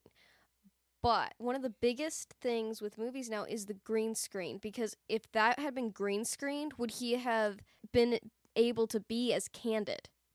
You know, if he's not actually there. Well, The trilogy I was talking about was Jumanji. They're pretty good in that. And I don't know how much green screen they have. There's a probably lot. quite a bit. And, you know, for that, they have great natural interactions. Because they're having fun with each other. But that's my biggest thing with green screen. It's like, how hard is that? You almost have to be overscripted. Yeah, I could see that, or over directed to say this is what's happening Because here. this is right here, that's right there, that's what that is. I think we've lost something in the black and white, not having them, be seen. Even I Not wish- watching them. not watching them and that, because it focuses you on the person so much that you get the story. You feel like you're going along with the book, Yes. Mhm. and like we just watched Mr. Smith Goes to Washington. Mm-hmm. You just pay attention to Jimmy Stewart and Jean Arthur. Yes. Yes. Yeah. But if you had all that, and I'm not opposed to color, you know me, but there's something dynamic about the black and white. Yeah, I get what you're saying. Like, black and white does make you pay attention to the acting more. I mean, I love having stuff in color, but it has gotten to the point where everything is overproduced. There's way too much production and not enough genuine interaction and support for the actors. It has gotten to the point of everything looks black and white, even though it's color. I mean, everything's in color now, but everything has that gray tone. Yeah, there's a difference between black and white and gray tone, grayscale, brown Because, scale. I mean, I absolutely love Doris Day movie color. Like, I don't know how to describe that, but her movies have a certain color to them that's, like, kind of indescribable. So that's the kind of color I like. And, I mean, even, I guess it's all that era kind of 60s movies had that vibrant of color, but it even lost something, just out. I guess when it was too accessible to use color. When it was assumed. Mm-hmm. Talking about the men that are asking for donations. Mhm. Okay. Cratchit and Freddy. Those are the other players in the office. And I think with the way they wrote this version, it was very smart compared to other versions. They're trying to cram a lot of the book in, I feel, with the other versions. And still Mhm. keep it in the chronological order of the book, I feel like. Right. But the fact that we didn't have the conversation about the coal with Cratchit here. Mm-hmm. But you know it based off him trying to warm his hands before Scrooge gets By there. the candle. Yeah, and he was more of a nervous sort about helping him too, because he immediately went over to make sure he was okay, and taking his coat off and his scarf away from him, and he was like more of a servant. Yeah. And then I noticed something when he went to put it on when he was leaving. Mm-hmm. Did you notice this? I think so. What he threw a scarf over, and the man who was playing Cratchit, he flinched. Mm-hmm. Oh, it almost hit. Yeah. Oh, He I like didn't notice that. so it showed a nervousness of him around Mm-hmm. Scrooge. Mm-hmm. But the minute he walked out the door, he Yep. was a totally different. Yep. He was, I'm free. yeah, Yeah. yeah. He was going to be cheery and free, and this was great. But the one scene part I liked was when Freddie stopped. He didn't do it at any other ones. Mm-hmm. He stopped and he asked how Cratchit was doing and all his assorted Cratchits, and I loved that part. Yes, too. There was one other one that he did ask about his family or something like that. It never was. I love the way it's written in this version, because Freddie has obviously been in the office and had conversations with Bob Cratchit to the point that he knows him better than Scrooge does, and that really shows that. Any other version that hinted at that, they just didn't take it far enough. It was just cordial Mm-hmm. in the other versions. There was like one or two that did it, but because I think Patrick Stewart's did and maybe George C. Scott's, but it was just a small "How are you and the wife doing?" But kinda this thing. Freddie even knew that he had a crippled child. Yes. And You his concern for him. Yeah. I love this Freddy. I Yes. always have. It was hard for me not to compare every Freddy to this I know. Freddy. He's adorable. He is. There are several with Freddy, and we've said this. This Freddy wouldn't necessarily fit with every Scrooge. True. Mm-mm. You have to have the right Freddy Scrooge combo to make the scene work. Mm-hmm. Just like this Freddy would not have been the right match for Patrick Stewart. The Freddy they had in that was perfect in the way that he was reacting and everything. Yeah. Yeah. And I like the way he patted him. The other ones didn't touch him. And that Right. really got his goat. All right. Mm-hmm. Freddie patted Scrooge. Yeah, and like, stay away from me. Yes. Yeah. This Freddy's a good Freddy Mm-hmm. because he likes life, Mm-hmm. Mm-hmm. which is just the antithesis of Scrooge. Right, right. So One thing on the candle, Mm-hmm.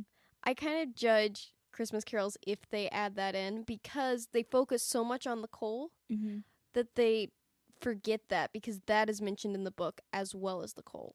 Him putting his hands up to the candle to get him warm. So I think that's almost even more important. Mm-hmm. One than the thing that I coal. noticed, the charity worker's reaction Yes, That's saw what I was that gonna time say. too. Yep. Cratchit warming his hands at the candle. There was sympathy, and there was, oh no, who are we asking for money? Yes. It told the whole thing. That's what I'm saying. There was no dialogue about stinginess with Cole. Mm-hmm. It was all his hand motion and the expression on that man's face. Mm-hmm. And it told you two different things. You're right. Those two Mhm. thoughts Yep. went through his head. And this guy Amazing was acting. this guy went into his talking more like it was a rehearsed speech, like he had said a few times, and you could hear that hesitancy in his voice. Yeah, they weren't as. I didn't Cheery? get they were as optimistic. They were approaching him carefully. Or naive. Right. Because Yeah. I think because they had been waiting in the office, they Uh-huh. got a feel of, okay, this is how the office is. How's the person that runs it going to be? You know, Yeah. the other ones are just walking into it and are like, whoa. Yeah. Mm-hmm. But these two had observed and were like, okay, we're going to have to really sell this. Mm-hmm. Yep. The least prepared is Beaker. Yes. Poor Beaker. Well, as we're closing the intro part, a scene that none other have, I believe, is when he's at the pub or the restaurant. Mm-hmm.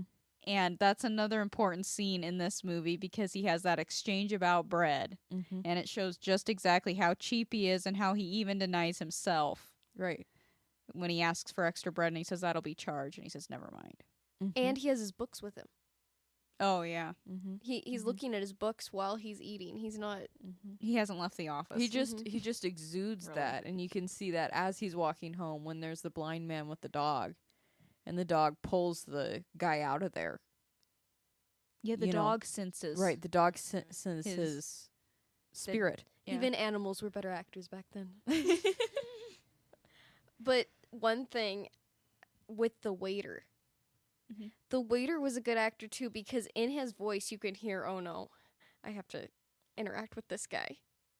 Really, he I- was a little bit like, I got that Scrooge was a regular, uh-huh. and he had told him this several times. Or he had been hollered at. Yep. by him. Yeah. Yep. And he's like, well, that's going to be more money.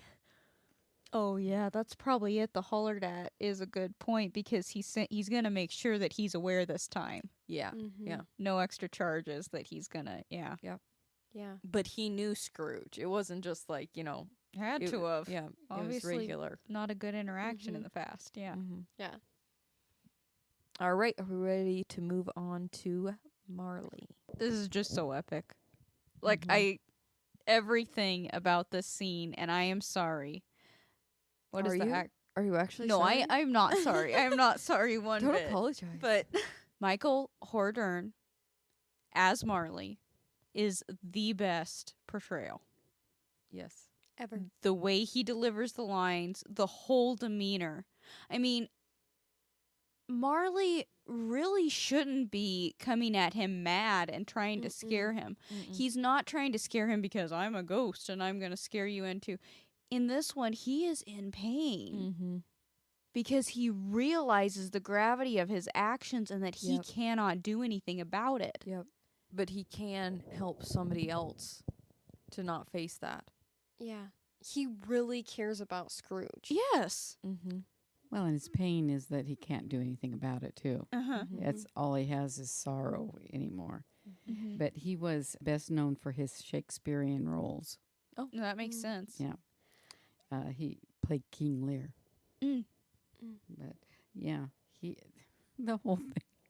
And we quote him quite All the often. time. There's two parts of this particularly. Right. The first one is their exchange, and I think this is the best when he comes in and he says, well, can you sit down? And he goes, I can. Well, do it then.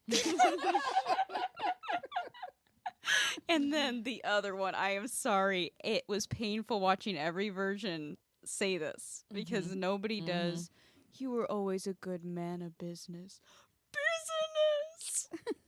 Mankind was my Yes. business. I mean, it's so The epic. extra syllable in business, a business, makes it. Yes. And the reaction, because Scrooge is trying to pay him a compliment, and he's like, you're not getting it. Well, and this scene, none of the other actors were as scared. No. No. I mean, The let's face Scrooges, it. No. Let's face it. If your business partner as a ghost came in with a dragging a chain, you know, I think he would act scared like that. Yeah. And that was the thought I had. The line where he says, then I'd rather not.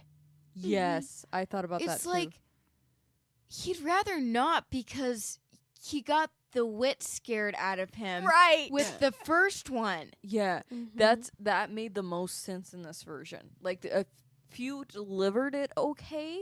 Well, George C. Scott for his Scrooge delivered it well because he was just no, I'd rather not. No thanks. You know, and that's how he was.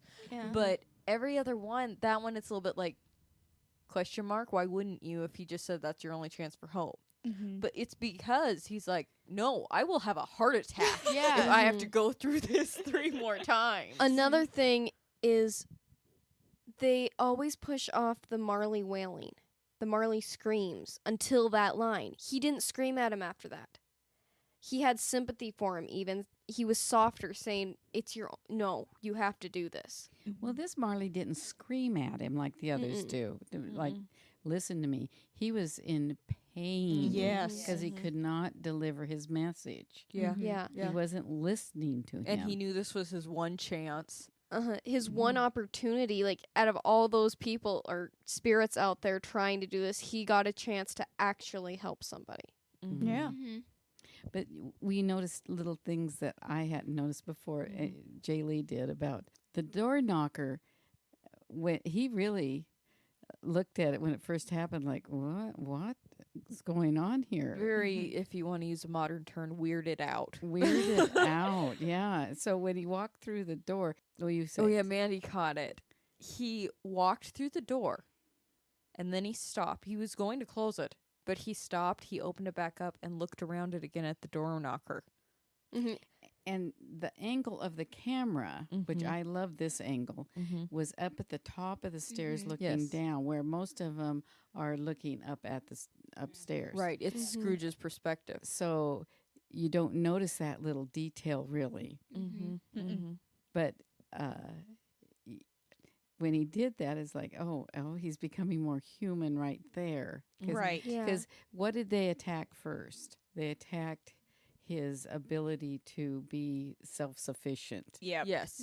So Yes. that's what the whole thing with Marley and, and I love this part. This part is when Marley goes, Scrooge, he's going to take a bite. And he drops that his one, yep. spoon in his bowl, like, whoa. And even after he's put his spoon back in the bowl, his tongue's still out like he was going to take a bite. He's just stunned. Yeah. I love, because all of them try to portray maybe a little bit scared and then yelling at Marley like, I'm going to be tough.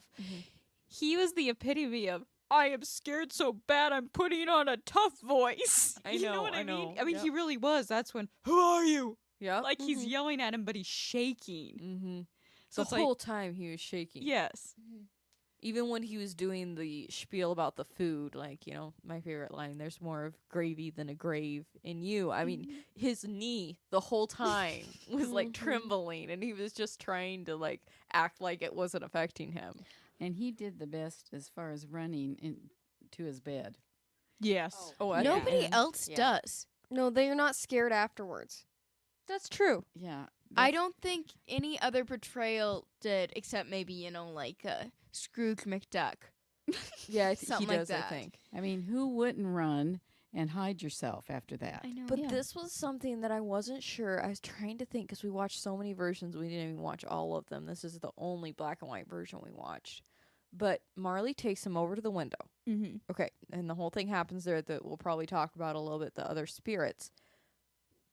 I feel like, didn't the other versions that did that scene, it just all disappeared and then Scrooge shut the window?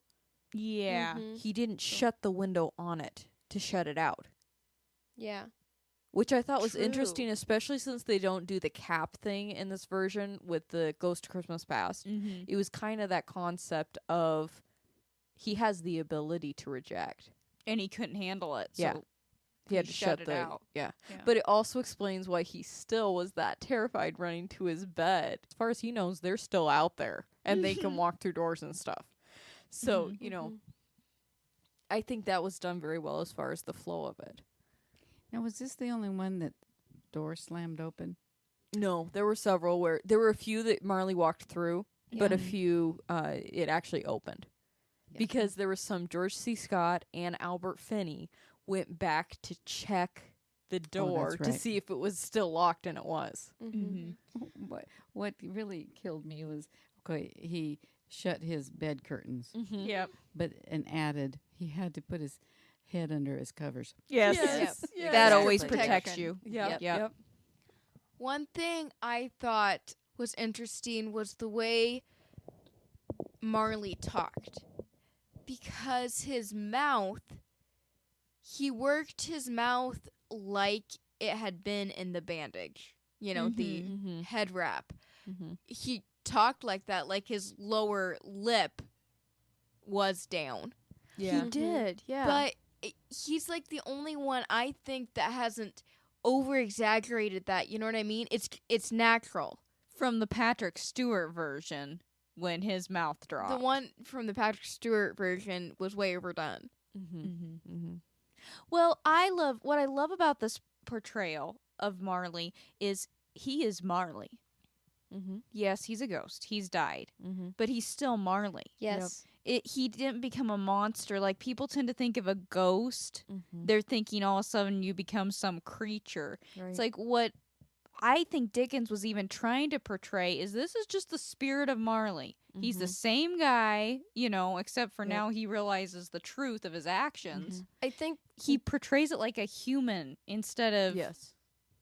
like some weird creature trying to scare him. I think they get that because Dickens calls it Marley's ghost instead of saying Marley, or This is interesting. I was reading a little bit about this actor, and I've read this to Zena. His approach to acting. Hordern was a self-confessed lazy bugger. When it came to a role preparation, he did not regret his lack of he didn't have any formal training, and it attributed to his abilities to watch and learn from other actors and directors. So he was watching how other people acted, for one thing, but he was also watching other people and drawing from their character, just normal character. So he says, actually, it scares me, my view being that an actor should learn the lines without too much cerebral interference. That's what he didn't want too much thought about it. He wanted to be part of the character himself. Does that make sense?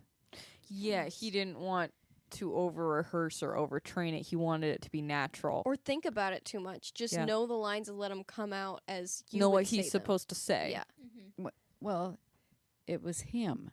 exactly. At that point, I don't know how you be a ghost, but you think he knew to be in dire turmoil. And that's what he was talking about there. You mean that an actor can act that well without a master's degree in the arts? Well, hey. Sorry. He didn't. He came up right from the, I know, and that's why he's such a good actor. Yeah. Well, that's You can't something overtrain. I think overall, because this plays into the music that we talk about a lot, of course, on our podcast. And he had to find something. This is what you're saying with watching people. He had to find something in the human experience, an emotion, an experience, a circumstance to draw from. Yeah. And we need to get back to that. That's with the books that we read. You know, books, the way they used to write, just like Dickens, just like the classics. They pull, and they're supposed to be a mirror of yourself in different aspects. You should be able to relate to what the human being is going through, whether it's in our time or a time gone by. It should make you think about why you react the way you do. And that's the same with the music. You know, it put some life into it. Put something into the lyrics that you're speaking. Some kind of emotion. Don't sing a sad song like it's, just... oh, whatever. But in order to do that, you have to have a history of human interaction, and that's what we've cut off from society. On that note, Linda pointed out that all the Scrooges go home alone. There's no one ever on the street when he's going home. Except for occasionally the hearse. Occasionally. But that's interesting because it is a nod to the book when Dickens describes... He really only has one sentence that really describes Scrooge's house. And that is, they were a gloomy suite of rooms in a lowering pile of building up a yard, where it had so little business to be that one could scarcely help fancying that it must have run there when it was a young house, playing at hide and seek with the other houses, and have forgotten the way out again.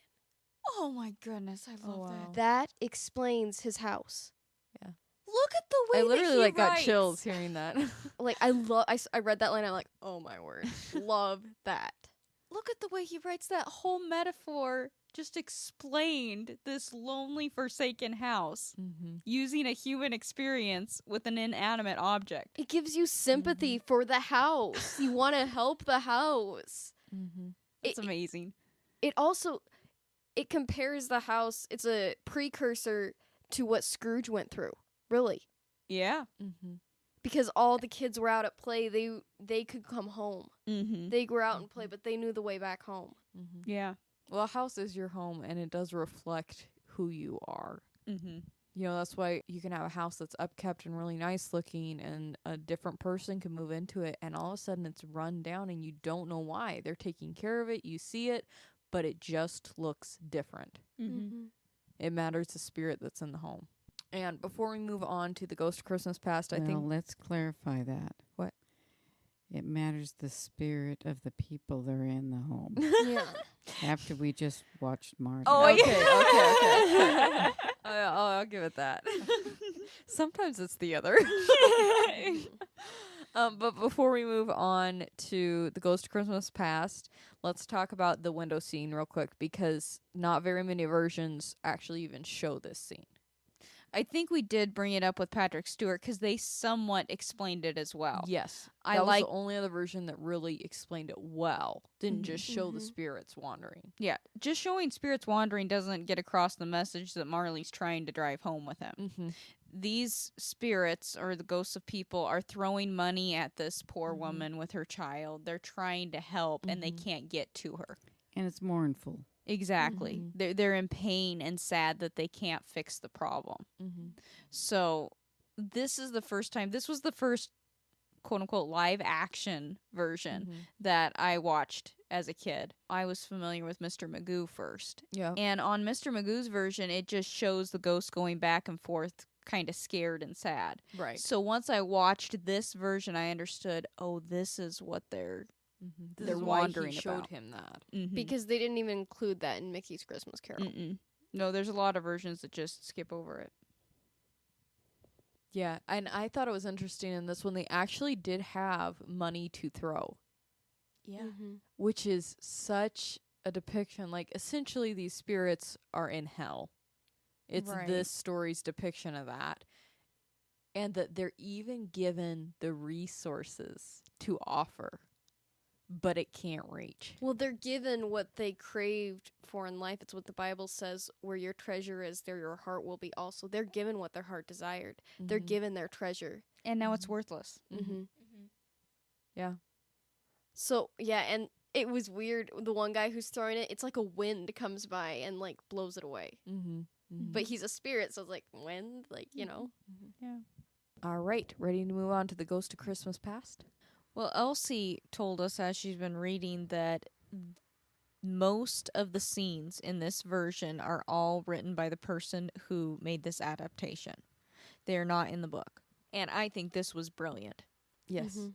to take it this way and to show pretty much his entire life up until the point that we've seen him now, Mm-hmm.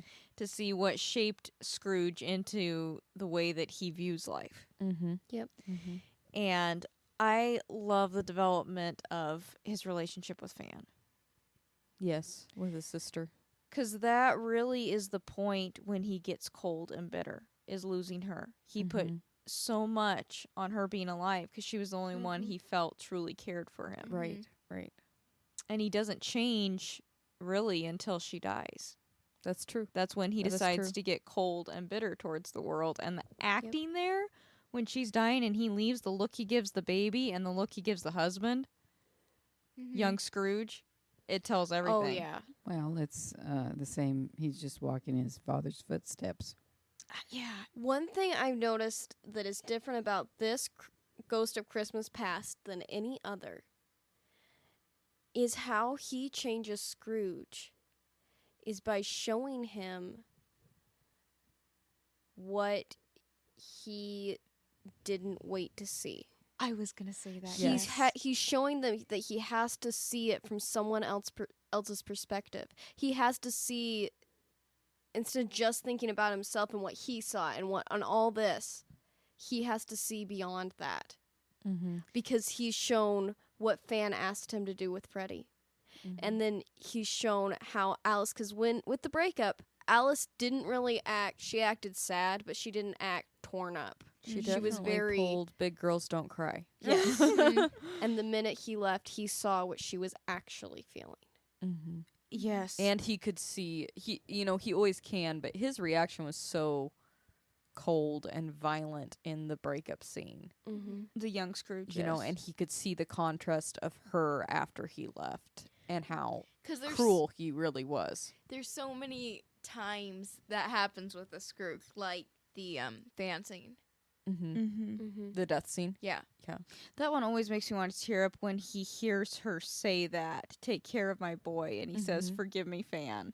And you just see his Mhm. whole countenance change. Mm-hmm. Yeah, Mhm. I love that aspect in it because it's powerful that we need to not run off emotion first and off Mhm. of hurt. Like he didn't want to face the pain. Mm-hmm. I guess this is why I like this movie the best, because the other ones you really didn't see him change that much until he was at the graveyard.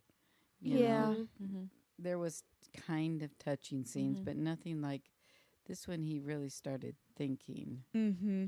Well, they gave him more of a backstory in this one. And that helps. Yes, it helped It that he does. could react off of that. Mm-hmm.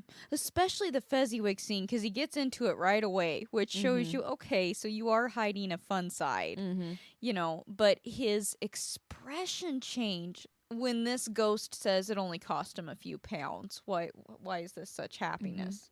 Yeah, he knew how to work his face, didn't he? Yes. And his Yeah. eyes. Yes. Yep. Because you see it dawn on him just how bad he's been to Cratchit. Mm-hmm. Mm-hmm. Mm-hmm. And he has actual sorrow. And I found it interesting. He said that in the Fezziwig scene. Mm-hmm. He was very urgent that he understood now what Cratchit was saying about the happiness. Mm-hmm.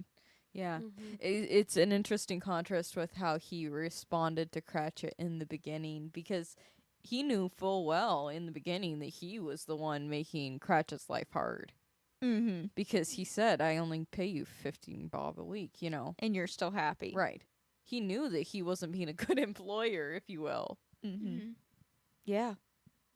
I love the young Scrooge actor, his portrayal, Mhm. because Mhm. he starts to even take on the mannerisms. It's done so well. After he leaves bitterly, you know, and starts heading on his way, he meets Marley. I noticed the mannerism of how Alastair Sim, like whenever he was starting to be cold or mean to somebody, he put his hands in his pockets there. The young Scrooge did that when he's talking to Marley. He starts doing that, leaning on the chair, Oh, yeah. putting his hands in his pocket in the same kind of, you know, Mhm. distant and snotty manner. Mm-hmm. Mm-hmm. Another thing that I noticed, this is, I think, the only breakup scene where he leaves. Yeah, usually Yeah. she walks away. That's true. So it puts it on him. It was his choice to leave. I honestly think it should have been. I think a lot of the versions tried to stick too close to the book and didn't give enough, cinematic license. Mm-hmm. Because in the fan storyline, I think a lot of the actors could have done it as well. Because the breakup scene is a really big one for me, and I have approved of more than just this one. I have to. Mm-hmm. So you're saying that the other version should have included more development for his sister Mm-hmm. and had that scene because it would have given the actress for Fan as well as others more opportunity to build that hurt and that character. Right. And the reason why he rejected Freddie. Right. Yes. Yeah. Right. Yeah. Well, here's a mind blown for me. And we tried to look at him to see if there was any truth to it. And that was the young Marley Yes. Yeah. I don't know if anybody remembers the TV show Avengers. From the 60s, right? Mhm. Isn't it? Yeah. It was pretty famous. We're not talking about comic strip Avengers. No. Patrick McNee. Is that how you'd say it? Patrick McNee. McNee. McNee? Yeah, he played. Look it up. He played John Steed. They had several girls on here, Mm-hmm. but I can't remember her name. She was pretty famous. But it was a spy show. Mm-hmm. Well, Mhm. spy show. Spy detective, Detective. British intelligence. Right. It was him and his partner was a woman. But Diana Rigg, you'd know her. Oh yeah. Mm-hmm. She was the one. Yeah, I liked her character the most. I mean, I haven't watched many of them, but yeah. But he played young Marley, Patrick McNee. And he doesn't look a thing like Patrick McNee. I don't think so He either. grew no. into Patrick McNee. Yes. Yep. I don't know. Here he looks like young Marley. Yep. Yeah. Did you? There were hints that it could be him. Yeah. Certain expressions. The more that I watch, I'm like, okay, yep, I see that this must be the same The actor. thumbprints but- looked similar. So one thing I thought was interesting is this version did leave out Scrooge as a child. And I kind of would have liked to see that. It's like my only critique of this one, that I think Alastair Sim could have had an interesting interaction with himself as a child, and they stuck so much in the past that I see why they cut it. But I do like seeing him there alone throughout his childhood before the fan scene where she comes in and takes him home. It could have been a quick scene. Yeah. I mean, some have done just he sees it, he reacts, and then they show it through time that he's grown up. They could have done it like that. It just, yeah, I think it's worth it though, losing that scene because of the dialogue between him and Fan. Just builds such relationship that is sweet, and that this was his safety because of their dialogue. You know, you must live forever, Fan. Right. You know, and right. she's saying that's lots of people love you. You know. Yep. He's like, no, you must live forever, and that really tugs on your heartstrings later when she dies. Yeah, I don't think it was necessary. I just would like to see what Alastair Sim would have done with that. Yeah. Because it's always interesting to see the way Scrooge reacts to himself as a child. Mm-hmm. A little detail that it's like the last little bit of, I guess, humanity, I guess, in Scrooge is when he sees Fezziwig after he buys. Yes. Yeah, The that acting only is so other- good. One that said he bought the place from Fezziwig was the Kelsey Grammer one. Mm-hmm. But this was, they didn't even have dialogue. And he turned around and saw him, and you saw the shame. Mm-hmm. He Mhm. knew he was wrong. He And then he'd almost- hurt somebody He almost that- crossed the street to say something to Fezziwig. Yeah. And he hurt someone he cared about. Right. Mm-hmm. And the fact that Marley tried to warn him. Yes. in On the his deathbed. Yeah, Uh-huh. that was interesting. That to whole me. scene was very cool. And one thing Yeah. that was interesting was, since you brought up the perspective when Scrooge walks in and it's at the top of the stairs, you know, at that shot with Marley, it's interesting that when he walks in at Marley's death, you get the angle from Scrooge's perspective, and it's the Undertaker sitting up there. Mm-hmm. And, you know, with his line later on where he says, "I always know," when they pass. The Undertaker, yeah. It's always implied that this night was basically either Scrooge lives and changes or this is his death. One of my favorite characters is the maid, Mrs. Yes. Dilbert. Mrs. Dilbert, Mm-hmm. as keeping with the situation. I love her. Yeah, especially the end scene, which we're not there yet. Yeah. Another thing that I really liked in this version is the hourglass. Mm.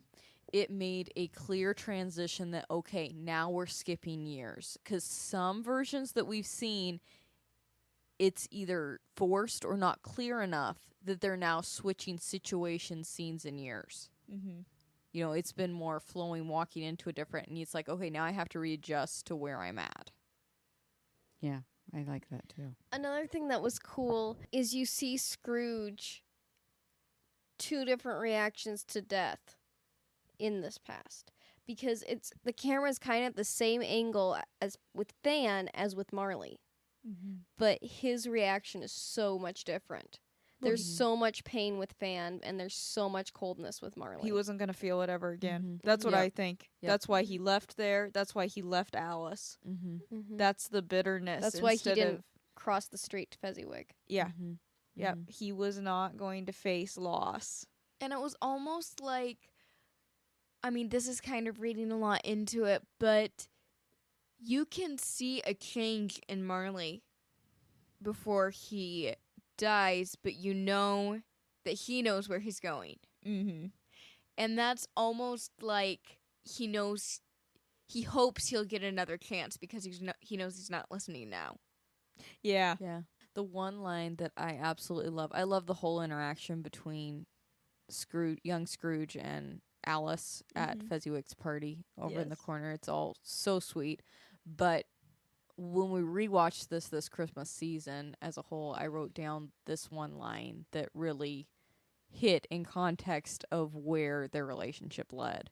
And it's where he says, "If ever I have a change of heart towards you, it will be because it has ceased to beat." And that's true. His heart did.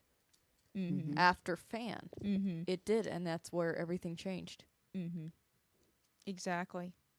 I love this, and I think I mentioned this in another version, but I love this relationship with Alice because in this movie, there's never a time she stopped loving him. Right. You know, in the other ones, and I'm not saying in any version she didn't have a soft spot or feel for him, but she got married, she moved on.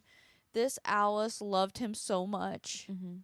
that she knew actually breaking it off with him Mm-hmm. was the more honest and more loving thing to do. Yeah. And later on, as we'll see, of course, she didn't get married and have a bunch of kids. She always loved Ebenezer, I think. I know that soothes the hopeless romantic in you, seen it. I do. I think it's more romantic and I love it. Mm-hmm.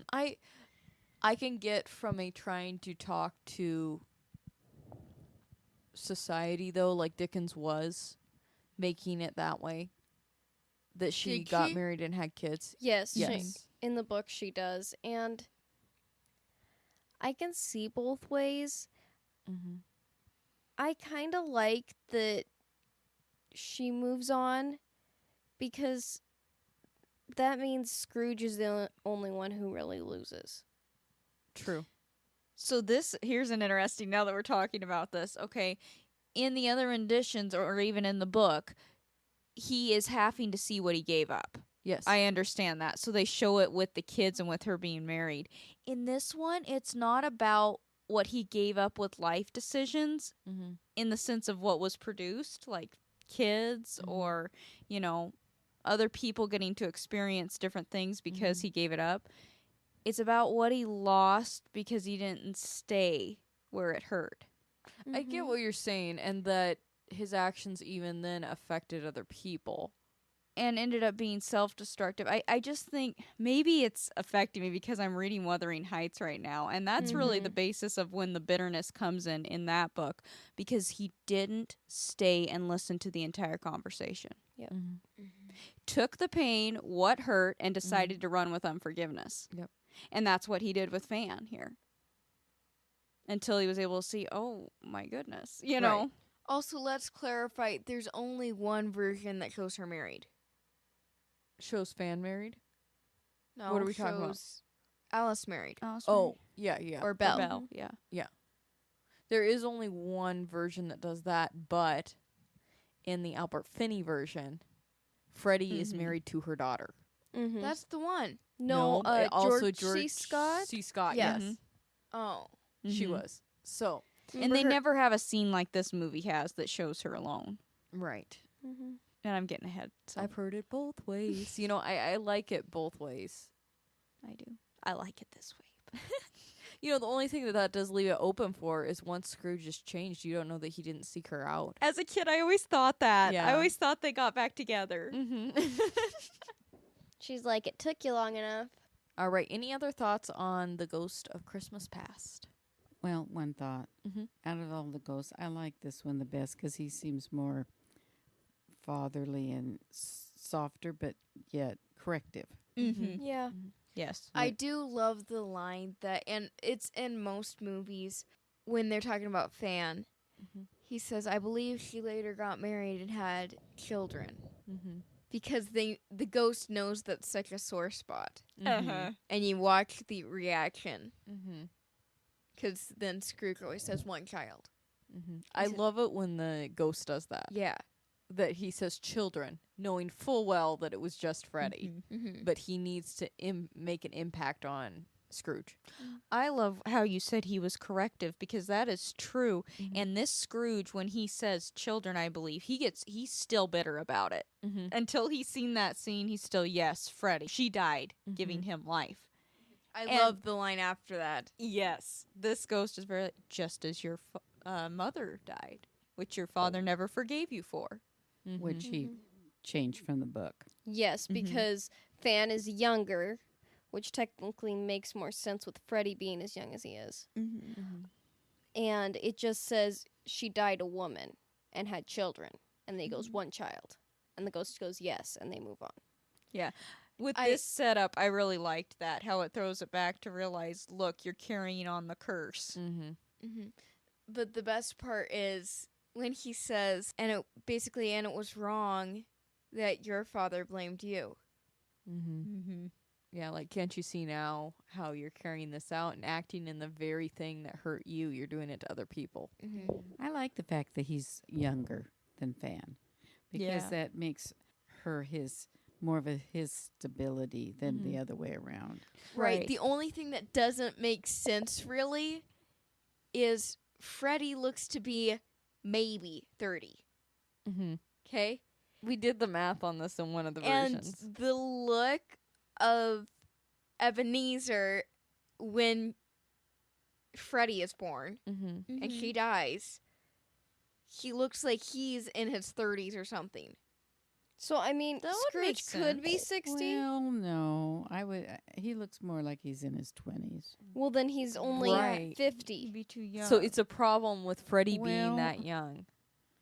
Not necessarily. 50 today doesn't look like 50 then. true. Yeah.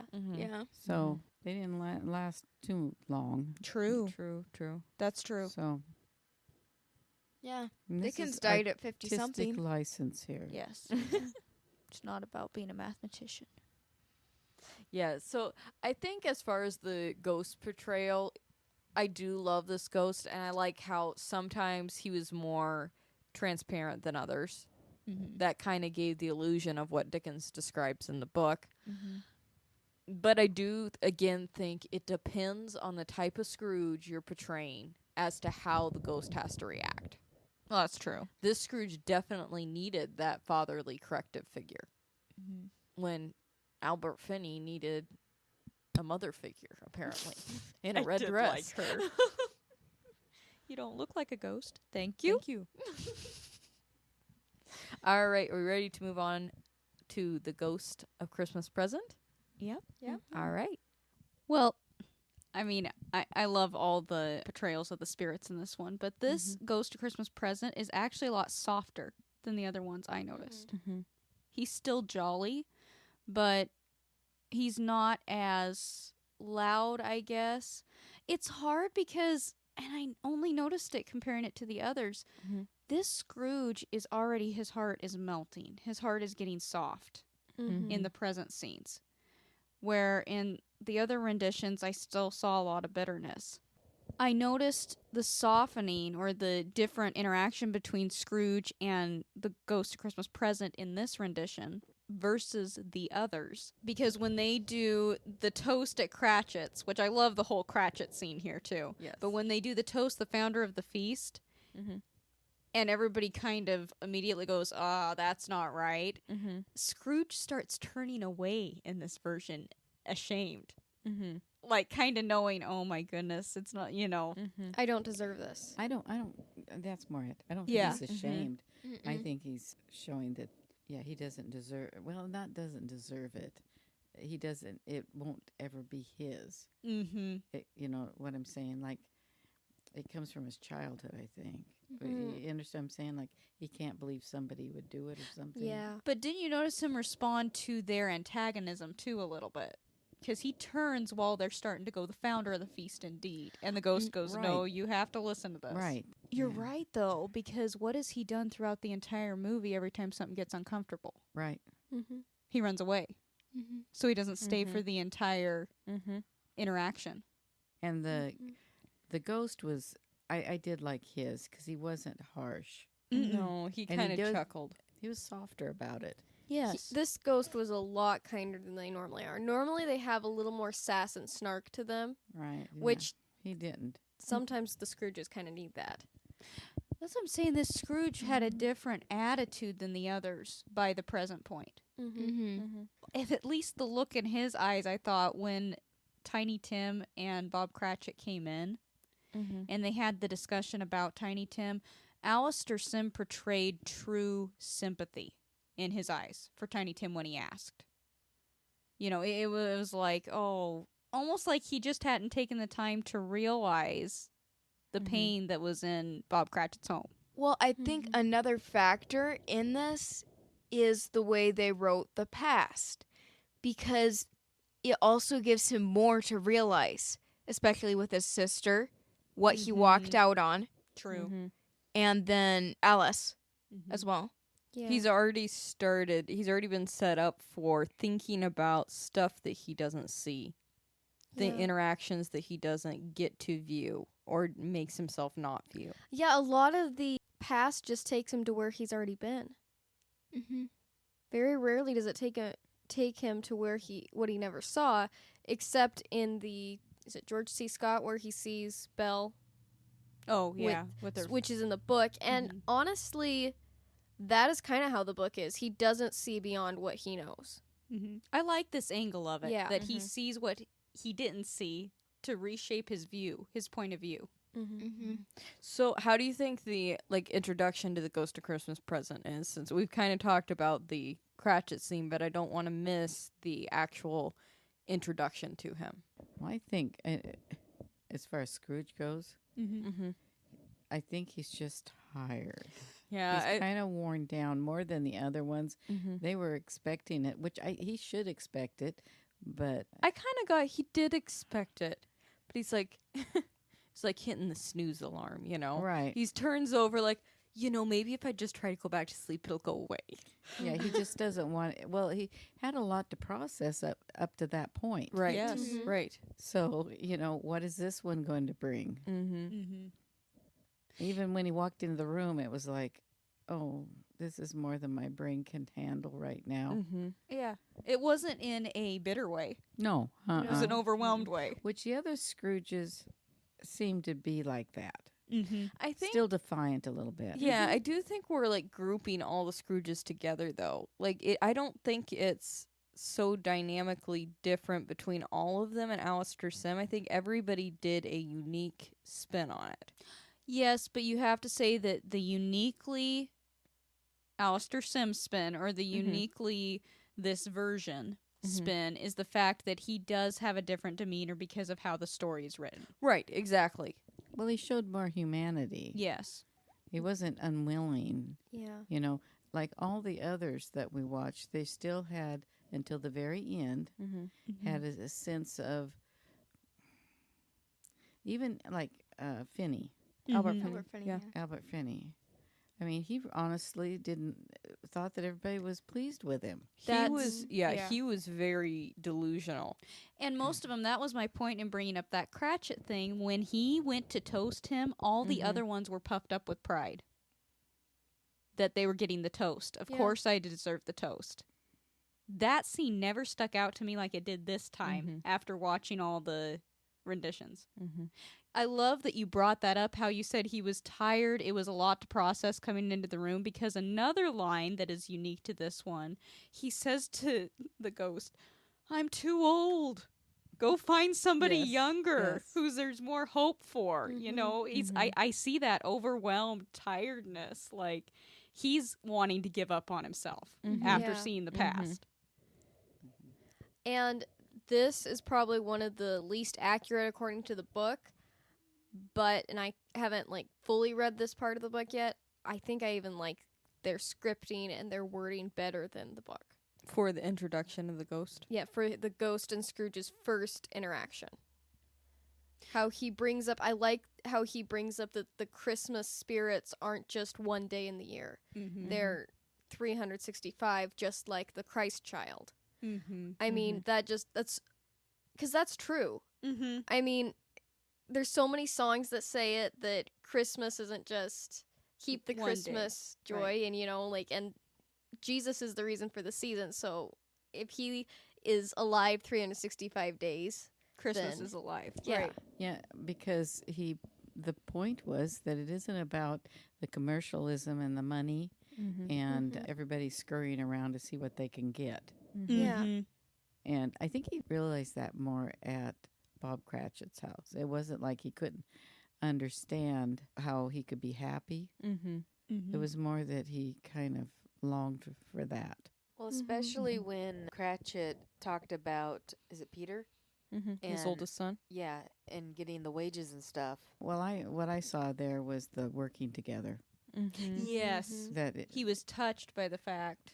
right, that everybody in the home actually was working together, Right. Mhm. Yeah. and he Yeah. was alone. Yeah. Mhm. No, it's a touching scene. Mhm. Mhm. And the end where the ghost of Christmas past, Mhm. Present? present, sorry. The kids, they were more pitiful in this one, I thought. Than, well, the last one, they were a little more scary. in The that last one, yeah, they did display their personality more in the last one, I feel like. Because the one ran towards Scrooge and the other really clung to the spirit, which was kind of a cool twist on it. You know, instead of him just explaining what they represent. Mhm. The only thing that I thought was interesting, because that was kind of seared in my mind, where Ignorance was chasing after that Scrooge, which was Patrick Stewart's version, I think, Yes. right? Yes. Ignorance was chasing after him, and Want was clinging to the spirit. In this one, I kind of like that they're just like sickly and sitting there, because the other aspect of both Want and Ignorance is it drains you. It's an bottomless pit.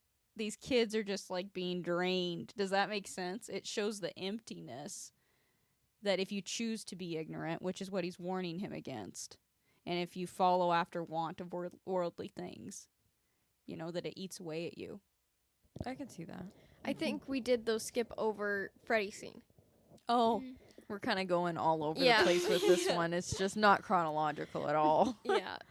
I agree with Shelley that this version, and I haven't seen Scrooge, the one from the 30s. There's some versions I haven't seen, but this actress that played Freddy's wife is so pretty. I mean, the she's the prettiest, prettiest wife in the different versions. And sweet, to be honest. Mhm. She really is. She still, is a little bit like, why about your uncle? Why are you so kind Why to did you him? try? I told you this would happen. Yeah, yeah. Her sister is more sassy. Yes. Yeah, I hate him. It's always how it is with the Yep, sister, yeah, right? yeah. Sister's the one that's like, I'm gonna. Yeah.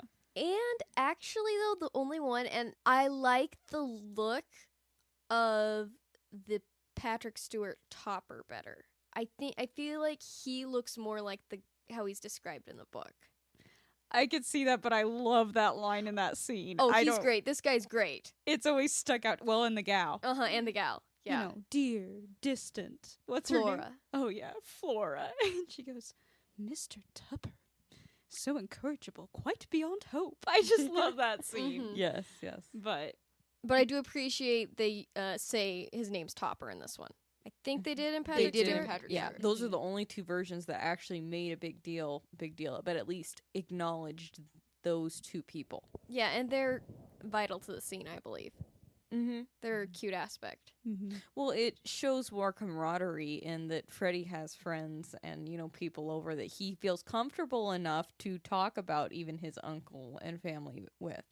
I thought it was interesting they didn't show Scrooge at all Yeah, they Yeah. didn't, did they? in that scene. Don't. My favorite, of course, scene of the present. Well, favorite. I guess I can't really say favorite because they were all good and all done well. But I know I mentioned earlier on, I love the fact that he comes and he sees Alice. Again, the acting just hits my heart with Alastair Sim when he sees her. Because obviously she's still the person that he fell in love with. She has that heart. She's helping the poor in the very places he was saying, are there no prisons? Are there no workhouses? Well, here she is, clearly still the love of his life. And he's trying to approach her. So, I mean, that's where you really see his heart just has melted. A lot of the iciness has melted away. One Um, interesting aspect of that I hadn't really thought of before. I always thought she looked a little bit younger than him. Like even like the age gap seemed bigger than the young version of them. Oh. And that's interesting because he's so hard and it's like it aged him more. That's true. Well, So- yeah, she hasn't lost her youthfulness. Her, you Mhm. know, she looks a little more tired, Yeah. but I mean, she's she still, looks like she could be even in her 40s, really. He looks more like he could be in his like I don't know, 80s. I don't know. But he's like he looks quite a bit Well, older. and he looks more, because it's the meanness. Mhm. But he Mhm. did look so much softer in that scene. That's what I Yeah. love. and she is the only one where he turned and asked the spirit, "Are these real?" I love that. Yeah.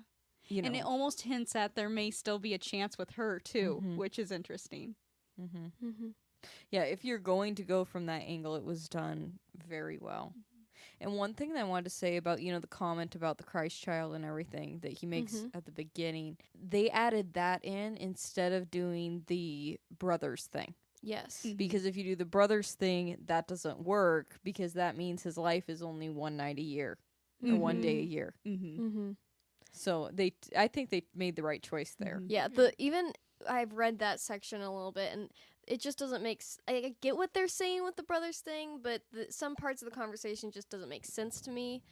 I prefer how they did this scripting. So one thing you have to, because I've been thinking about this as I'm reading books that are going to have movie adaptations and how you have to go about that. I think sometimes when we think about adapting a book to a movie, you don't have to focus so much on using every single line as the script. And I think a lot of these Christmas carols did, because movie is a totally different media and a different way of getting your point across than the book. So you have words. He's painting a picture with words. That's a totally different way of getting your mind to understand it than the expressions an actor can put in. Yeah. And what I feel like they did with this version is instead of focusing on, we have to have all these lines and have it play out exactly like the book, they kept the essence of the message that Dickens wrote and put it in a way that you can watch it happen in real time.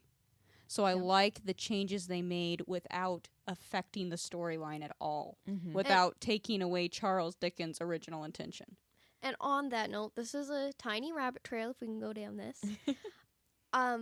There are memes and sayings in book groups and that say that the movie is like the tip of the iceberg. Then you can, under the water, you can see the whole iceberg, and it's like that's the book. I'm gonna have to disagree with that.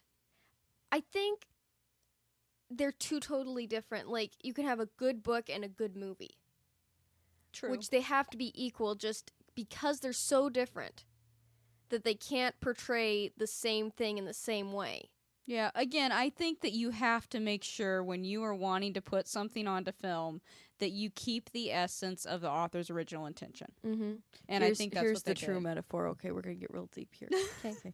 The book is the ocean, is the water that the iceberg is in, and the movie is the whole iceberg. Because the book houses the movie, and it should be able to keep in that habitat. Yes. Yes, there you go. You said it perfectly. Wise. Bravo. I know. I'm very proud of myself. All right, are we ready to move on to the ghost of Christmas yet to be? I fear him more than all the others. So, the hand. Why was this hand not dorky? That one with Patrick Stewart, it just ruined the mood. Because this one was more human. Yeah. Right. You could And- see him under the Yeah. covering. And it was a bigger, more structured hand. Like the one in Patrick Stewart's almost looked like a female hand. Right. Mm-hmm.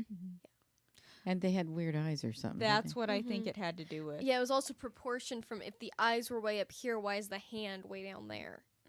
For making it that odd looking, you can't have a normal hand. Right. This did look like a cloaked man, they? a form of a cloaked man. Yeah. Mm-hmm. Which I don't hate that it's not all that scary. No, I like It was scary when I was little. Especially when, and this is the one transition that I love from the Ghost of Christmas Present to the Ghost of Christmas Yet to Be, with the Ghost of Christmas Present disappearing, and all you can hear is, "Are there no prisons? Are there no workhouses?" over and over and over, very echoey. Mm-hmm. And then he runs into, and all you see is the hand come up. Yep. That's what makes him scary. If he would have not had that introduction, I think he almost may have come across as lame. Underwhelming, yeah. Mm-hmm. And he keeps his hand up until he quits begging. Yes. Yeah. I thought that was kind of dramatic. Mm-hmm. You know, when you analyze these movies, you notice so much more. Mm-hmm. I know. Yeah. You know, he was repentant at that point, Yes. and he's tired. I just keep going back on it, and if it had been me and Mhm. having these dreams, if you will, or having this, wouldn't you just be tired? Yes. Yes. Mm-hmm. You know, Yes. Mm-hmm. and because he's kind of, it's like having your teeth pulled a little bit, isn't it? Yeah. You know, Seriously. because he's pulling out things and it's traumatic. Well, you know how fatigued you are just when he wakes up at least 3 times throughout the night. Right. You know, so how fatigued you are when that happens without a ghost visiting you every time. Mm-hmm. This Scrooge is really his problem is he's hopeless. He's not True. hopeless in that, oh, you're a hopeless case. No. He has no hope. That's what he was living in when he was in the school. That's what happened when Fan died. That's why he turned hard toward Alice. That's why he keeps saying, I'm too old, I'm hopeless. I'm sorry, I am repentant, but I don't think I can change because I'm hopeless. Mm-hmm.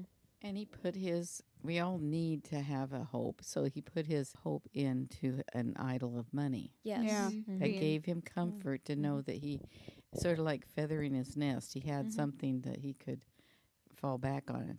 And something he could save and be sure of for the future. Right, it was Right. something tangible. That's why he didn't use it, even for himself. Exactly. And this version with the warmness of the present and even what we see in the hardships of the future, it's all about him realizing he would be a lot richer with relationships, Mm-hmm. with people. That's what he doesn't have. Well, that's what the Ghost of Christmas Present said to him with Alice. Mm-hmm. When you lost her, you cut yourself off from all humanity. The other thing is this scene with Tiny Tim's death Mm-hmm. is so powerful in this one. Yes. Because for one thing, it's gentle. Mm-hmm. It's not rushed. Mm-hmm. And I mean, I almost cried, you know, just because I was completely focused on watching it. And I've watched it so many times. But the interaction between Bob and his wife Mm-hmm. is so sincere, Yes. Yes. you know, and the fact that this Bob Cratchit, he really is trying to be happy and strong for her. They're both trying to be strong for each other. Yes. And there's no anger in the scene. Like sometimes, and nobody really acted angry, but sometimes in that scene there is like a resentment or an anger in it. Well, I think it's more of a dramatic grief that they put across. In other versions? Yes. Yeah. Instead of that quiet, trying to cope. I love the fact that they started off with Peter reading Psalm 91. Yeah. Mm-hmm. Because that isn't the typical, comfort passage that everybody would go to. Mm-hmm. I know that's the one that the Lord used with me through a hard time and has several times. Mm-hmm. It's just, it brings such comfort. And they read almost the whole thing. Yeah. I love that. Mm-hmm. That's what I think they really put across in that scene. And this is another thing Scrooge is realizing he's missing. And realizing that has happened at his hand, of course. But what they really put across is the fact that they do have hope. You know, you mentioned hopelessness. They know that Tiny Tim is with the Lord. You can see that that's, said. They know that they're going to be fine, but they're still facing the grief of missing him from their presence. Right. Yep. Right. I love the fact that they're living in both those two realities. Mm-hmm. That there's hope, and yet they have to mourn this together. Mm-hmm. Yeah, really, that's what the Ghost of Christmas Yet to Be shows. I did find it interesting how they set it up chronologically in this one. Because other versions, it's like they skip around from scenes that reflect Scrooge to scenes that don't. Like Tiny Tim isn't always the first. Mm-hmm. And this one, it's like he progressively showed him that it was Scrooge that died. Mm-hmm. Because he Yeah. started out with Tiny Tim. Mm-hmm. Then it moved to, Joe's place. right, Joe's place. Which the stuff, okay, looks like my stuff kind of thing. Which they didn't show any of that interaction. It was, again, Scrooge was removed, wasn't in the scene, really. Mm-hmm. Except for observing. But it didn't even show that much. And then it moved to the men at the stock exchange. And then it moved to the cemetery. So by the time he got to the cemetery, he knew. Well, right, because he says I'm missing, basically. Yeah. Which is always said, but I feel like some of the other Scrooges, well, Albert Finney, like I've said, was just so Clueless. oblivious. That's why they had to show him in hell. It took that to get him to realize this was him. But the other versions, he's still trying to believe that it isn't him. Well, yeah, because this Scrooge, he was repentant, if you will, almost after the first one. Right. Yes. I Because mean- he says something in the first one. Something about Cratchit. Mm-hmm. I must tell him something. Or I'd I like should to have. have a word with my Yeah. With my Clark Clark right now. Yeah. Yeah. And I don't know how I think it's good for the book, but how do you feel about the where that he sees the body and he goes, "Is there any emotion felt for this man?" Because in the movies, I feel that adds to his selfishness. That's what I'm saying about the adaptation. I should look into who adapted it or put it Mhm. together, because they were very talented in the way Yes. they did. Because I think in the book you have to have that kind of word picture Mm-hmm. to say, hey, this guy is seeing his own body, but he's scared. You have to bring the reader along Mm-hmm. in that way. But I feel like in a movie, it did kind of make it disjointed. This was a more smooth transition to driving home the reality, I felt. I'm Yeah. gonna somewhat disagree. For this version, yes, because I'm not saying it wasn't written well. I love it, and everything is smooth transition. Mm-hmm. You can tell they wanted that, and they packed a lot into little scenes, and it was done great. But the way that they were playing Scrooge in some of the other versions, I liked the Ghost of Christmas Present being a little bit more snarky. I did liked too. the Ghost of Christmas Yet to be doing the things like show me a little bit of emotion. Because they made Scrooge so hard in the beginning and Right. so against the world. Not just self-protective, because that's Right. kind of like the hopeless thing. He's given up, so he's gonna protect himself at all costs and not feel that hopelessness. So I Yeah. think it has its place in a movie adaptation, but it would not have worked for this one because he was already repenting before the Ghost of Christmas Yet to be even took him anywhere. Well, like Linda said, he was pretty much repenting at the Ghost of Christmas Past. Right. Mm-hmm. Right. His heart had already been softened. Right. So. Almost at Marley. Well, I think Not it was quite at mainly Marley. fear at Marley. Yeah. Yeah. The only other one that did have kind of a repentant scene right before the Ghost of Christmas Yet to be was George C. Scott. Yes. And I think that was really good they added that in there for him because he was so crass and hard Mm-hmm. that they had to show some sort of change Mm-hmm. before the actual grave scene or he would have just looked selfish. Yeah, I can see what you're saying. That's why, what I'm trying to say is that's why I like this portrayal of Scrooge, because in film it lends to a smoother transition.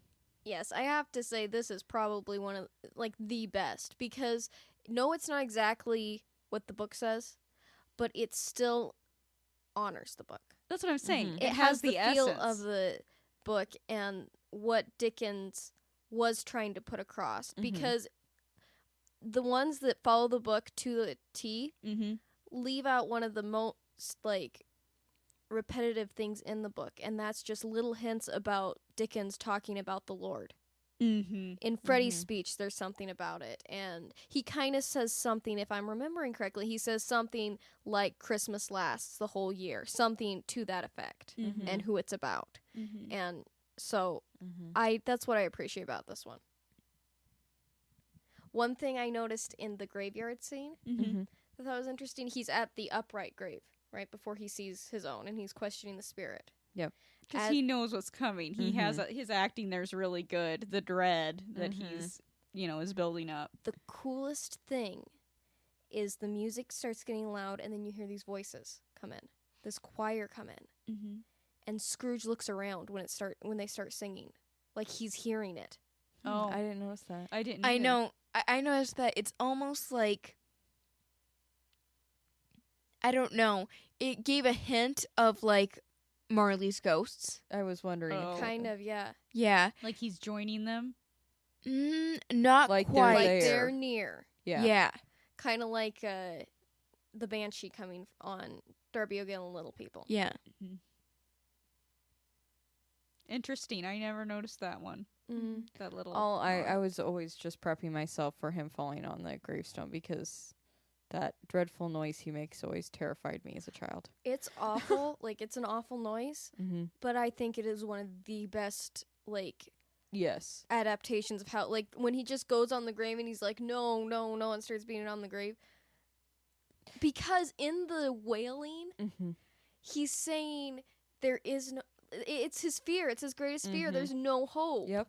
In Yep. this, there's no hope. Well, I think you hear in his cry, and maybe somebody else can have an opinion on it, but I think you hear in his cry sadness more than Mhm. just the fear. Yes. There's actual pain that it's like, I'm not the Mhm. man I was. Yeah, I don't think what else he's saying is that it was fear, Mhm. but he had to face his greatest fear. Right. Yeah. And that pain was that now that he knows what he could do, Mm-hmm. Let me have a chance. right. It's showing him that if he continues the way he's going on the path to fulfill his fear. Mm-hmm.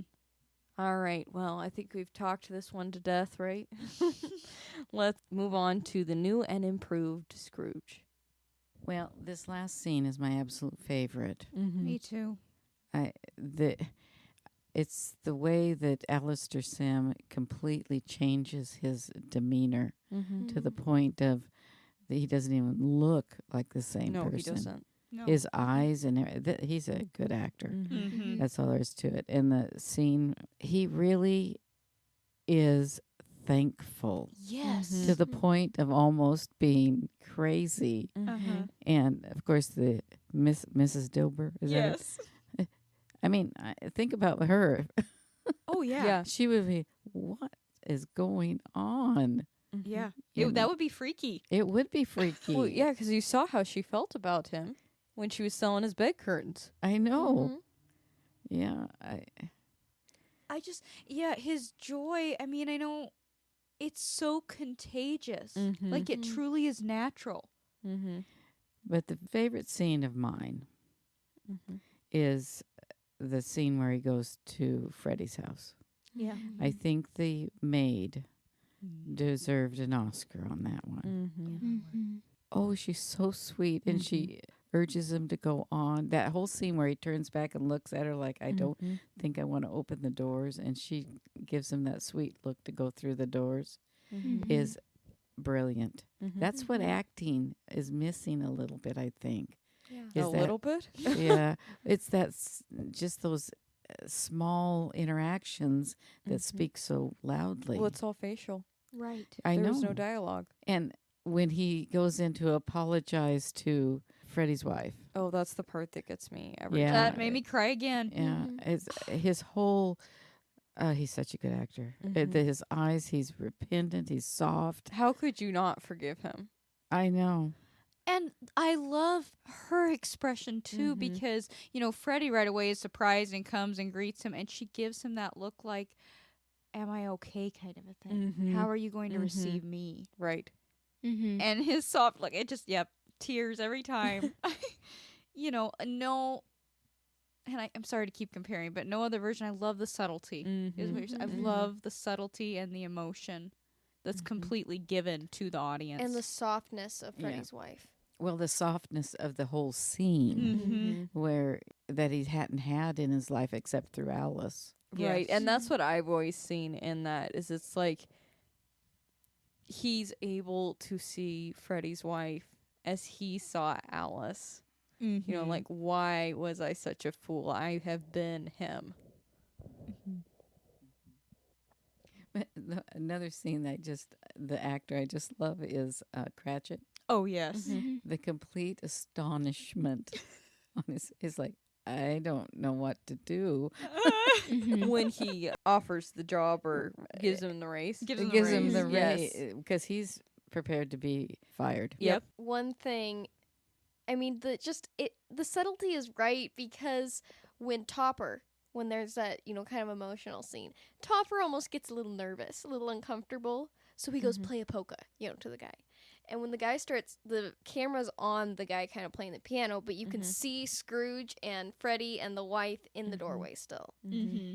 And you see this interaction where the polka starts. She looks at Scrooge. She looks at Freddy. Yep. Mm-hmm. Freddie nods like, go ahead. Yeah, like and then dance. and then they go and dance. Yeah. Yeah, it's great. Now the only character I think we're missing is the spirit in the mirror.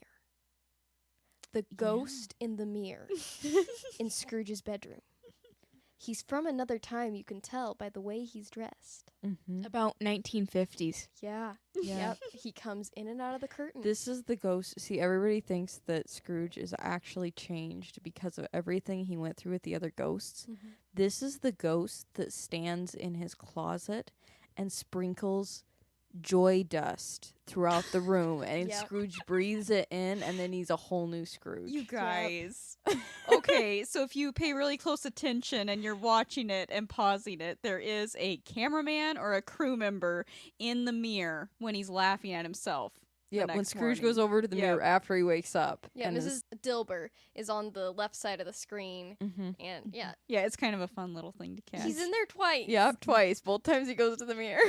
You know, I love that's another thing since you're talking about that scene again, how he is laughing at himself in the mirror at the foolishness of what he was. Yes. Mhm. I think there's an element to that. He's not living in self-pity or even embarrassment about how he acted. He's literally laughing at how foolish it was Yeah. because he's been so transformed. Mm-hmm. Mhm. And then when he chases Mrs. Dilber down the stairs, I mean, the whole thing made you, because the movie is not an easy movie, Mm-mm. No. and you're just relieved and you're happy with him, and yeah, especially when he pulls his hair up and tries to scare her, Yeah. just teasing her, Yes. I think he's literally the only Scrooge that can make you laugh. I Like, feel you that way. literally have so much joy with him. Mhm. Mm-hmm. And I love in the last scene with Cratchit. Mm-hmm. After Cratchit leaves and he tells me, you go get a whole new coal scuttle before you dot another I, Bob Cratchit. I love that part. But when he's talking to himself and he goes back to get to his work and he's just laughing with this joy and he tries to get serious. I don't deserve to be this happy. He's like, I can't help it. Throws this quill in. He can't. And that's the true thing about transformation of the heart. Mm-hmm. When there's a heart change in the joy of the Lord, Mm-hmm. which they referenced in this one, you can't help it. Mm-hmm. You can't try to go back to that dark spot. It's a very strange feeling, but it's good. I'll say he also is, out of all the versions that we watched, and I do think this is all the versions one, he pulls one over the best on Cratchit. I agree. Because his demeanor goes completely back to what it was before. His face. Mhm. He was able to hold it straight until he delivered the punchline. And then he lost it, of course. Which is interesting. He was able to keep it straight, but you noticed he was very involved in his work. He focused on the work while he was talking to Cratchit. Which is probably what he would have done, though. Yeah, not made eye contact. And yeah. Another thing I noticed is when Cratchit came in, he says, "Cratchit, you're late." Mhm. After the punchline, he says Bob. He calls him Bob. That's true. That's true. Yeah, and I love the line of when he says, I haven't lost my senses. I've come to them. And you see the relief on Bob Cratchit's face. Bob Cratchit did think there had to be something more to Scrooge. Well, that's why he toasted him, honestly. Mm-hmm. Yeah. Especially in this version, you see that he knows there's more. And I think that's why he was scared too, and maybe Scrooge told him to. But I think that's also why he helped him with his coat and tried to take care of him more, even be more of a Plus, servant I to think him. there was just a genuine wanting to serve of Cratchit. Now it was in a nervous sense because it kept getting rejected at work. But you can see that in his home and everything he loves to give.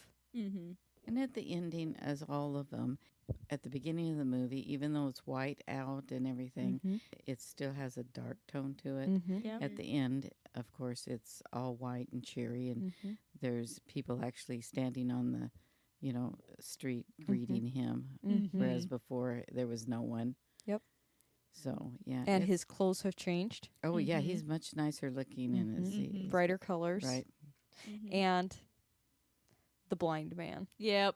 Yeah. That just, I mean, Tiny Tim at the very end, of course, is great the way they wrapped it up. But that one seals the deal. Because he walks almost past the blind man, but then he gives him money, and the dog is sitting there sleeping or resting, and he pets the dog, and the dog has no issue with him. And that just, it's like full circle here. In the face of the Tombstone store. Yep. Oh, yeah. That's right. So I have to say we've went through a lot of these versions, and we could probably put on our own Christmas Carol show with how well we know the dialogue by now. But this is still my favorite, although it was very interesting, and I did like watching the different versions. Yes. And getting a different perspective and talking about them. But yeah, still my favorite. I could watch the other ones too, I kind of have a fondness for them now. Yeah. Since the one we didn't review that I like was the Henry Winkler one. Yes. Yes, I think we mentioned that one in the last episode, and it kind of is an honorable mention. Right. I'd like to do a full episode on it. Maybe we could next Christmas, do a full episode on that one and the other two Scrooges that we did not watch. Well, we can do a full episode on one movie. I think we have enough talking ability. Yeah, and if you found these interesting, let us know if you'd like us to do more of the movie reviews, because we can talk about just about anything, as you probably have noticed if you're listening. Overanalyzing is our superpower. So thank you for joining us on this journey. Thank you for those who commented and put your perspective and input on which version was your favorite. We'd love to hear your thoughts on these two versions, and we will look forward to talking to you in February. Yep, we're going to take a little break through January, and we'll be back in February for Season 2 of the Sister Love Squadcast. And as Tiny Tim always observed, God bless us, everyone. everyone.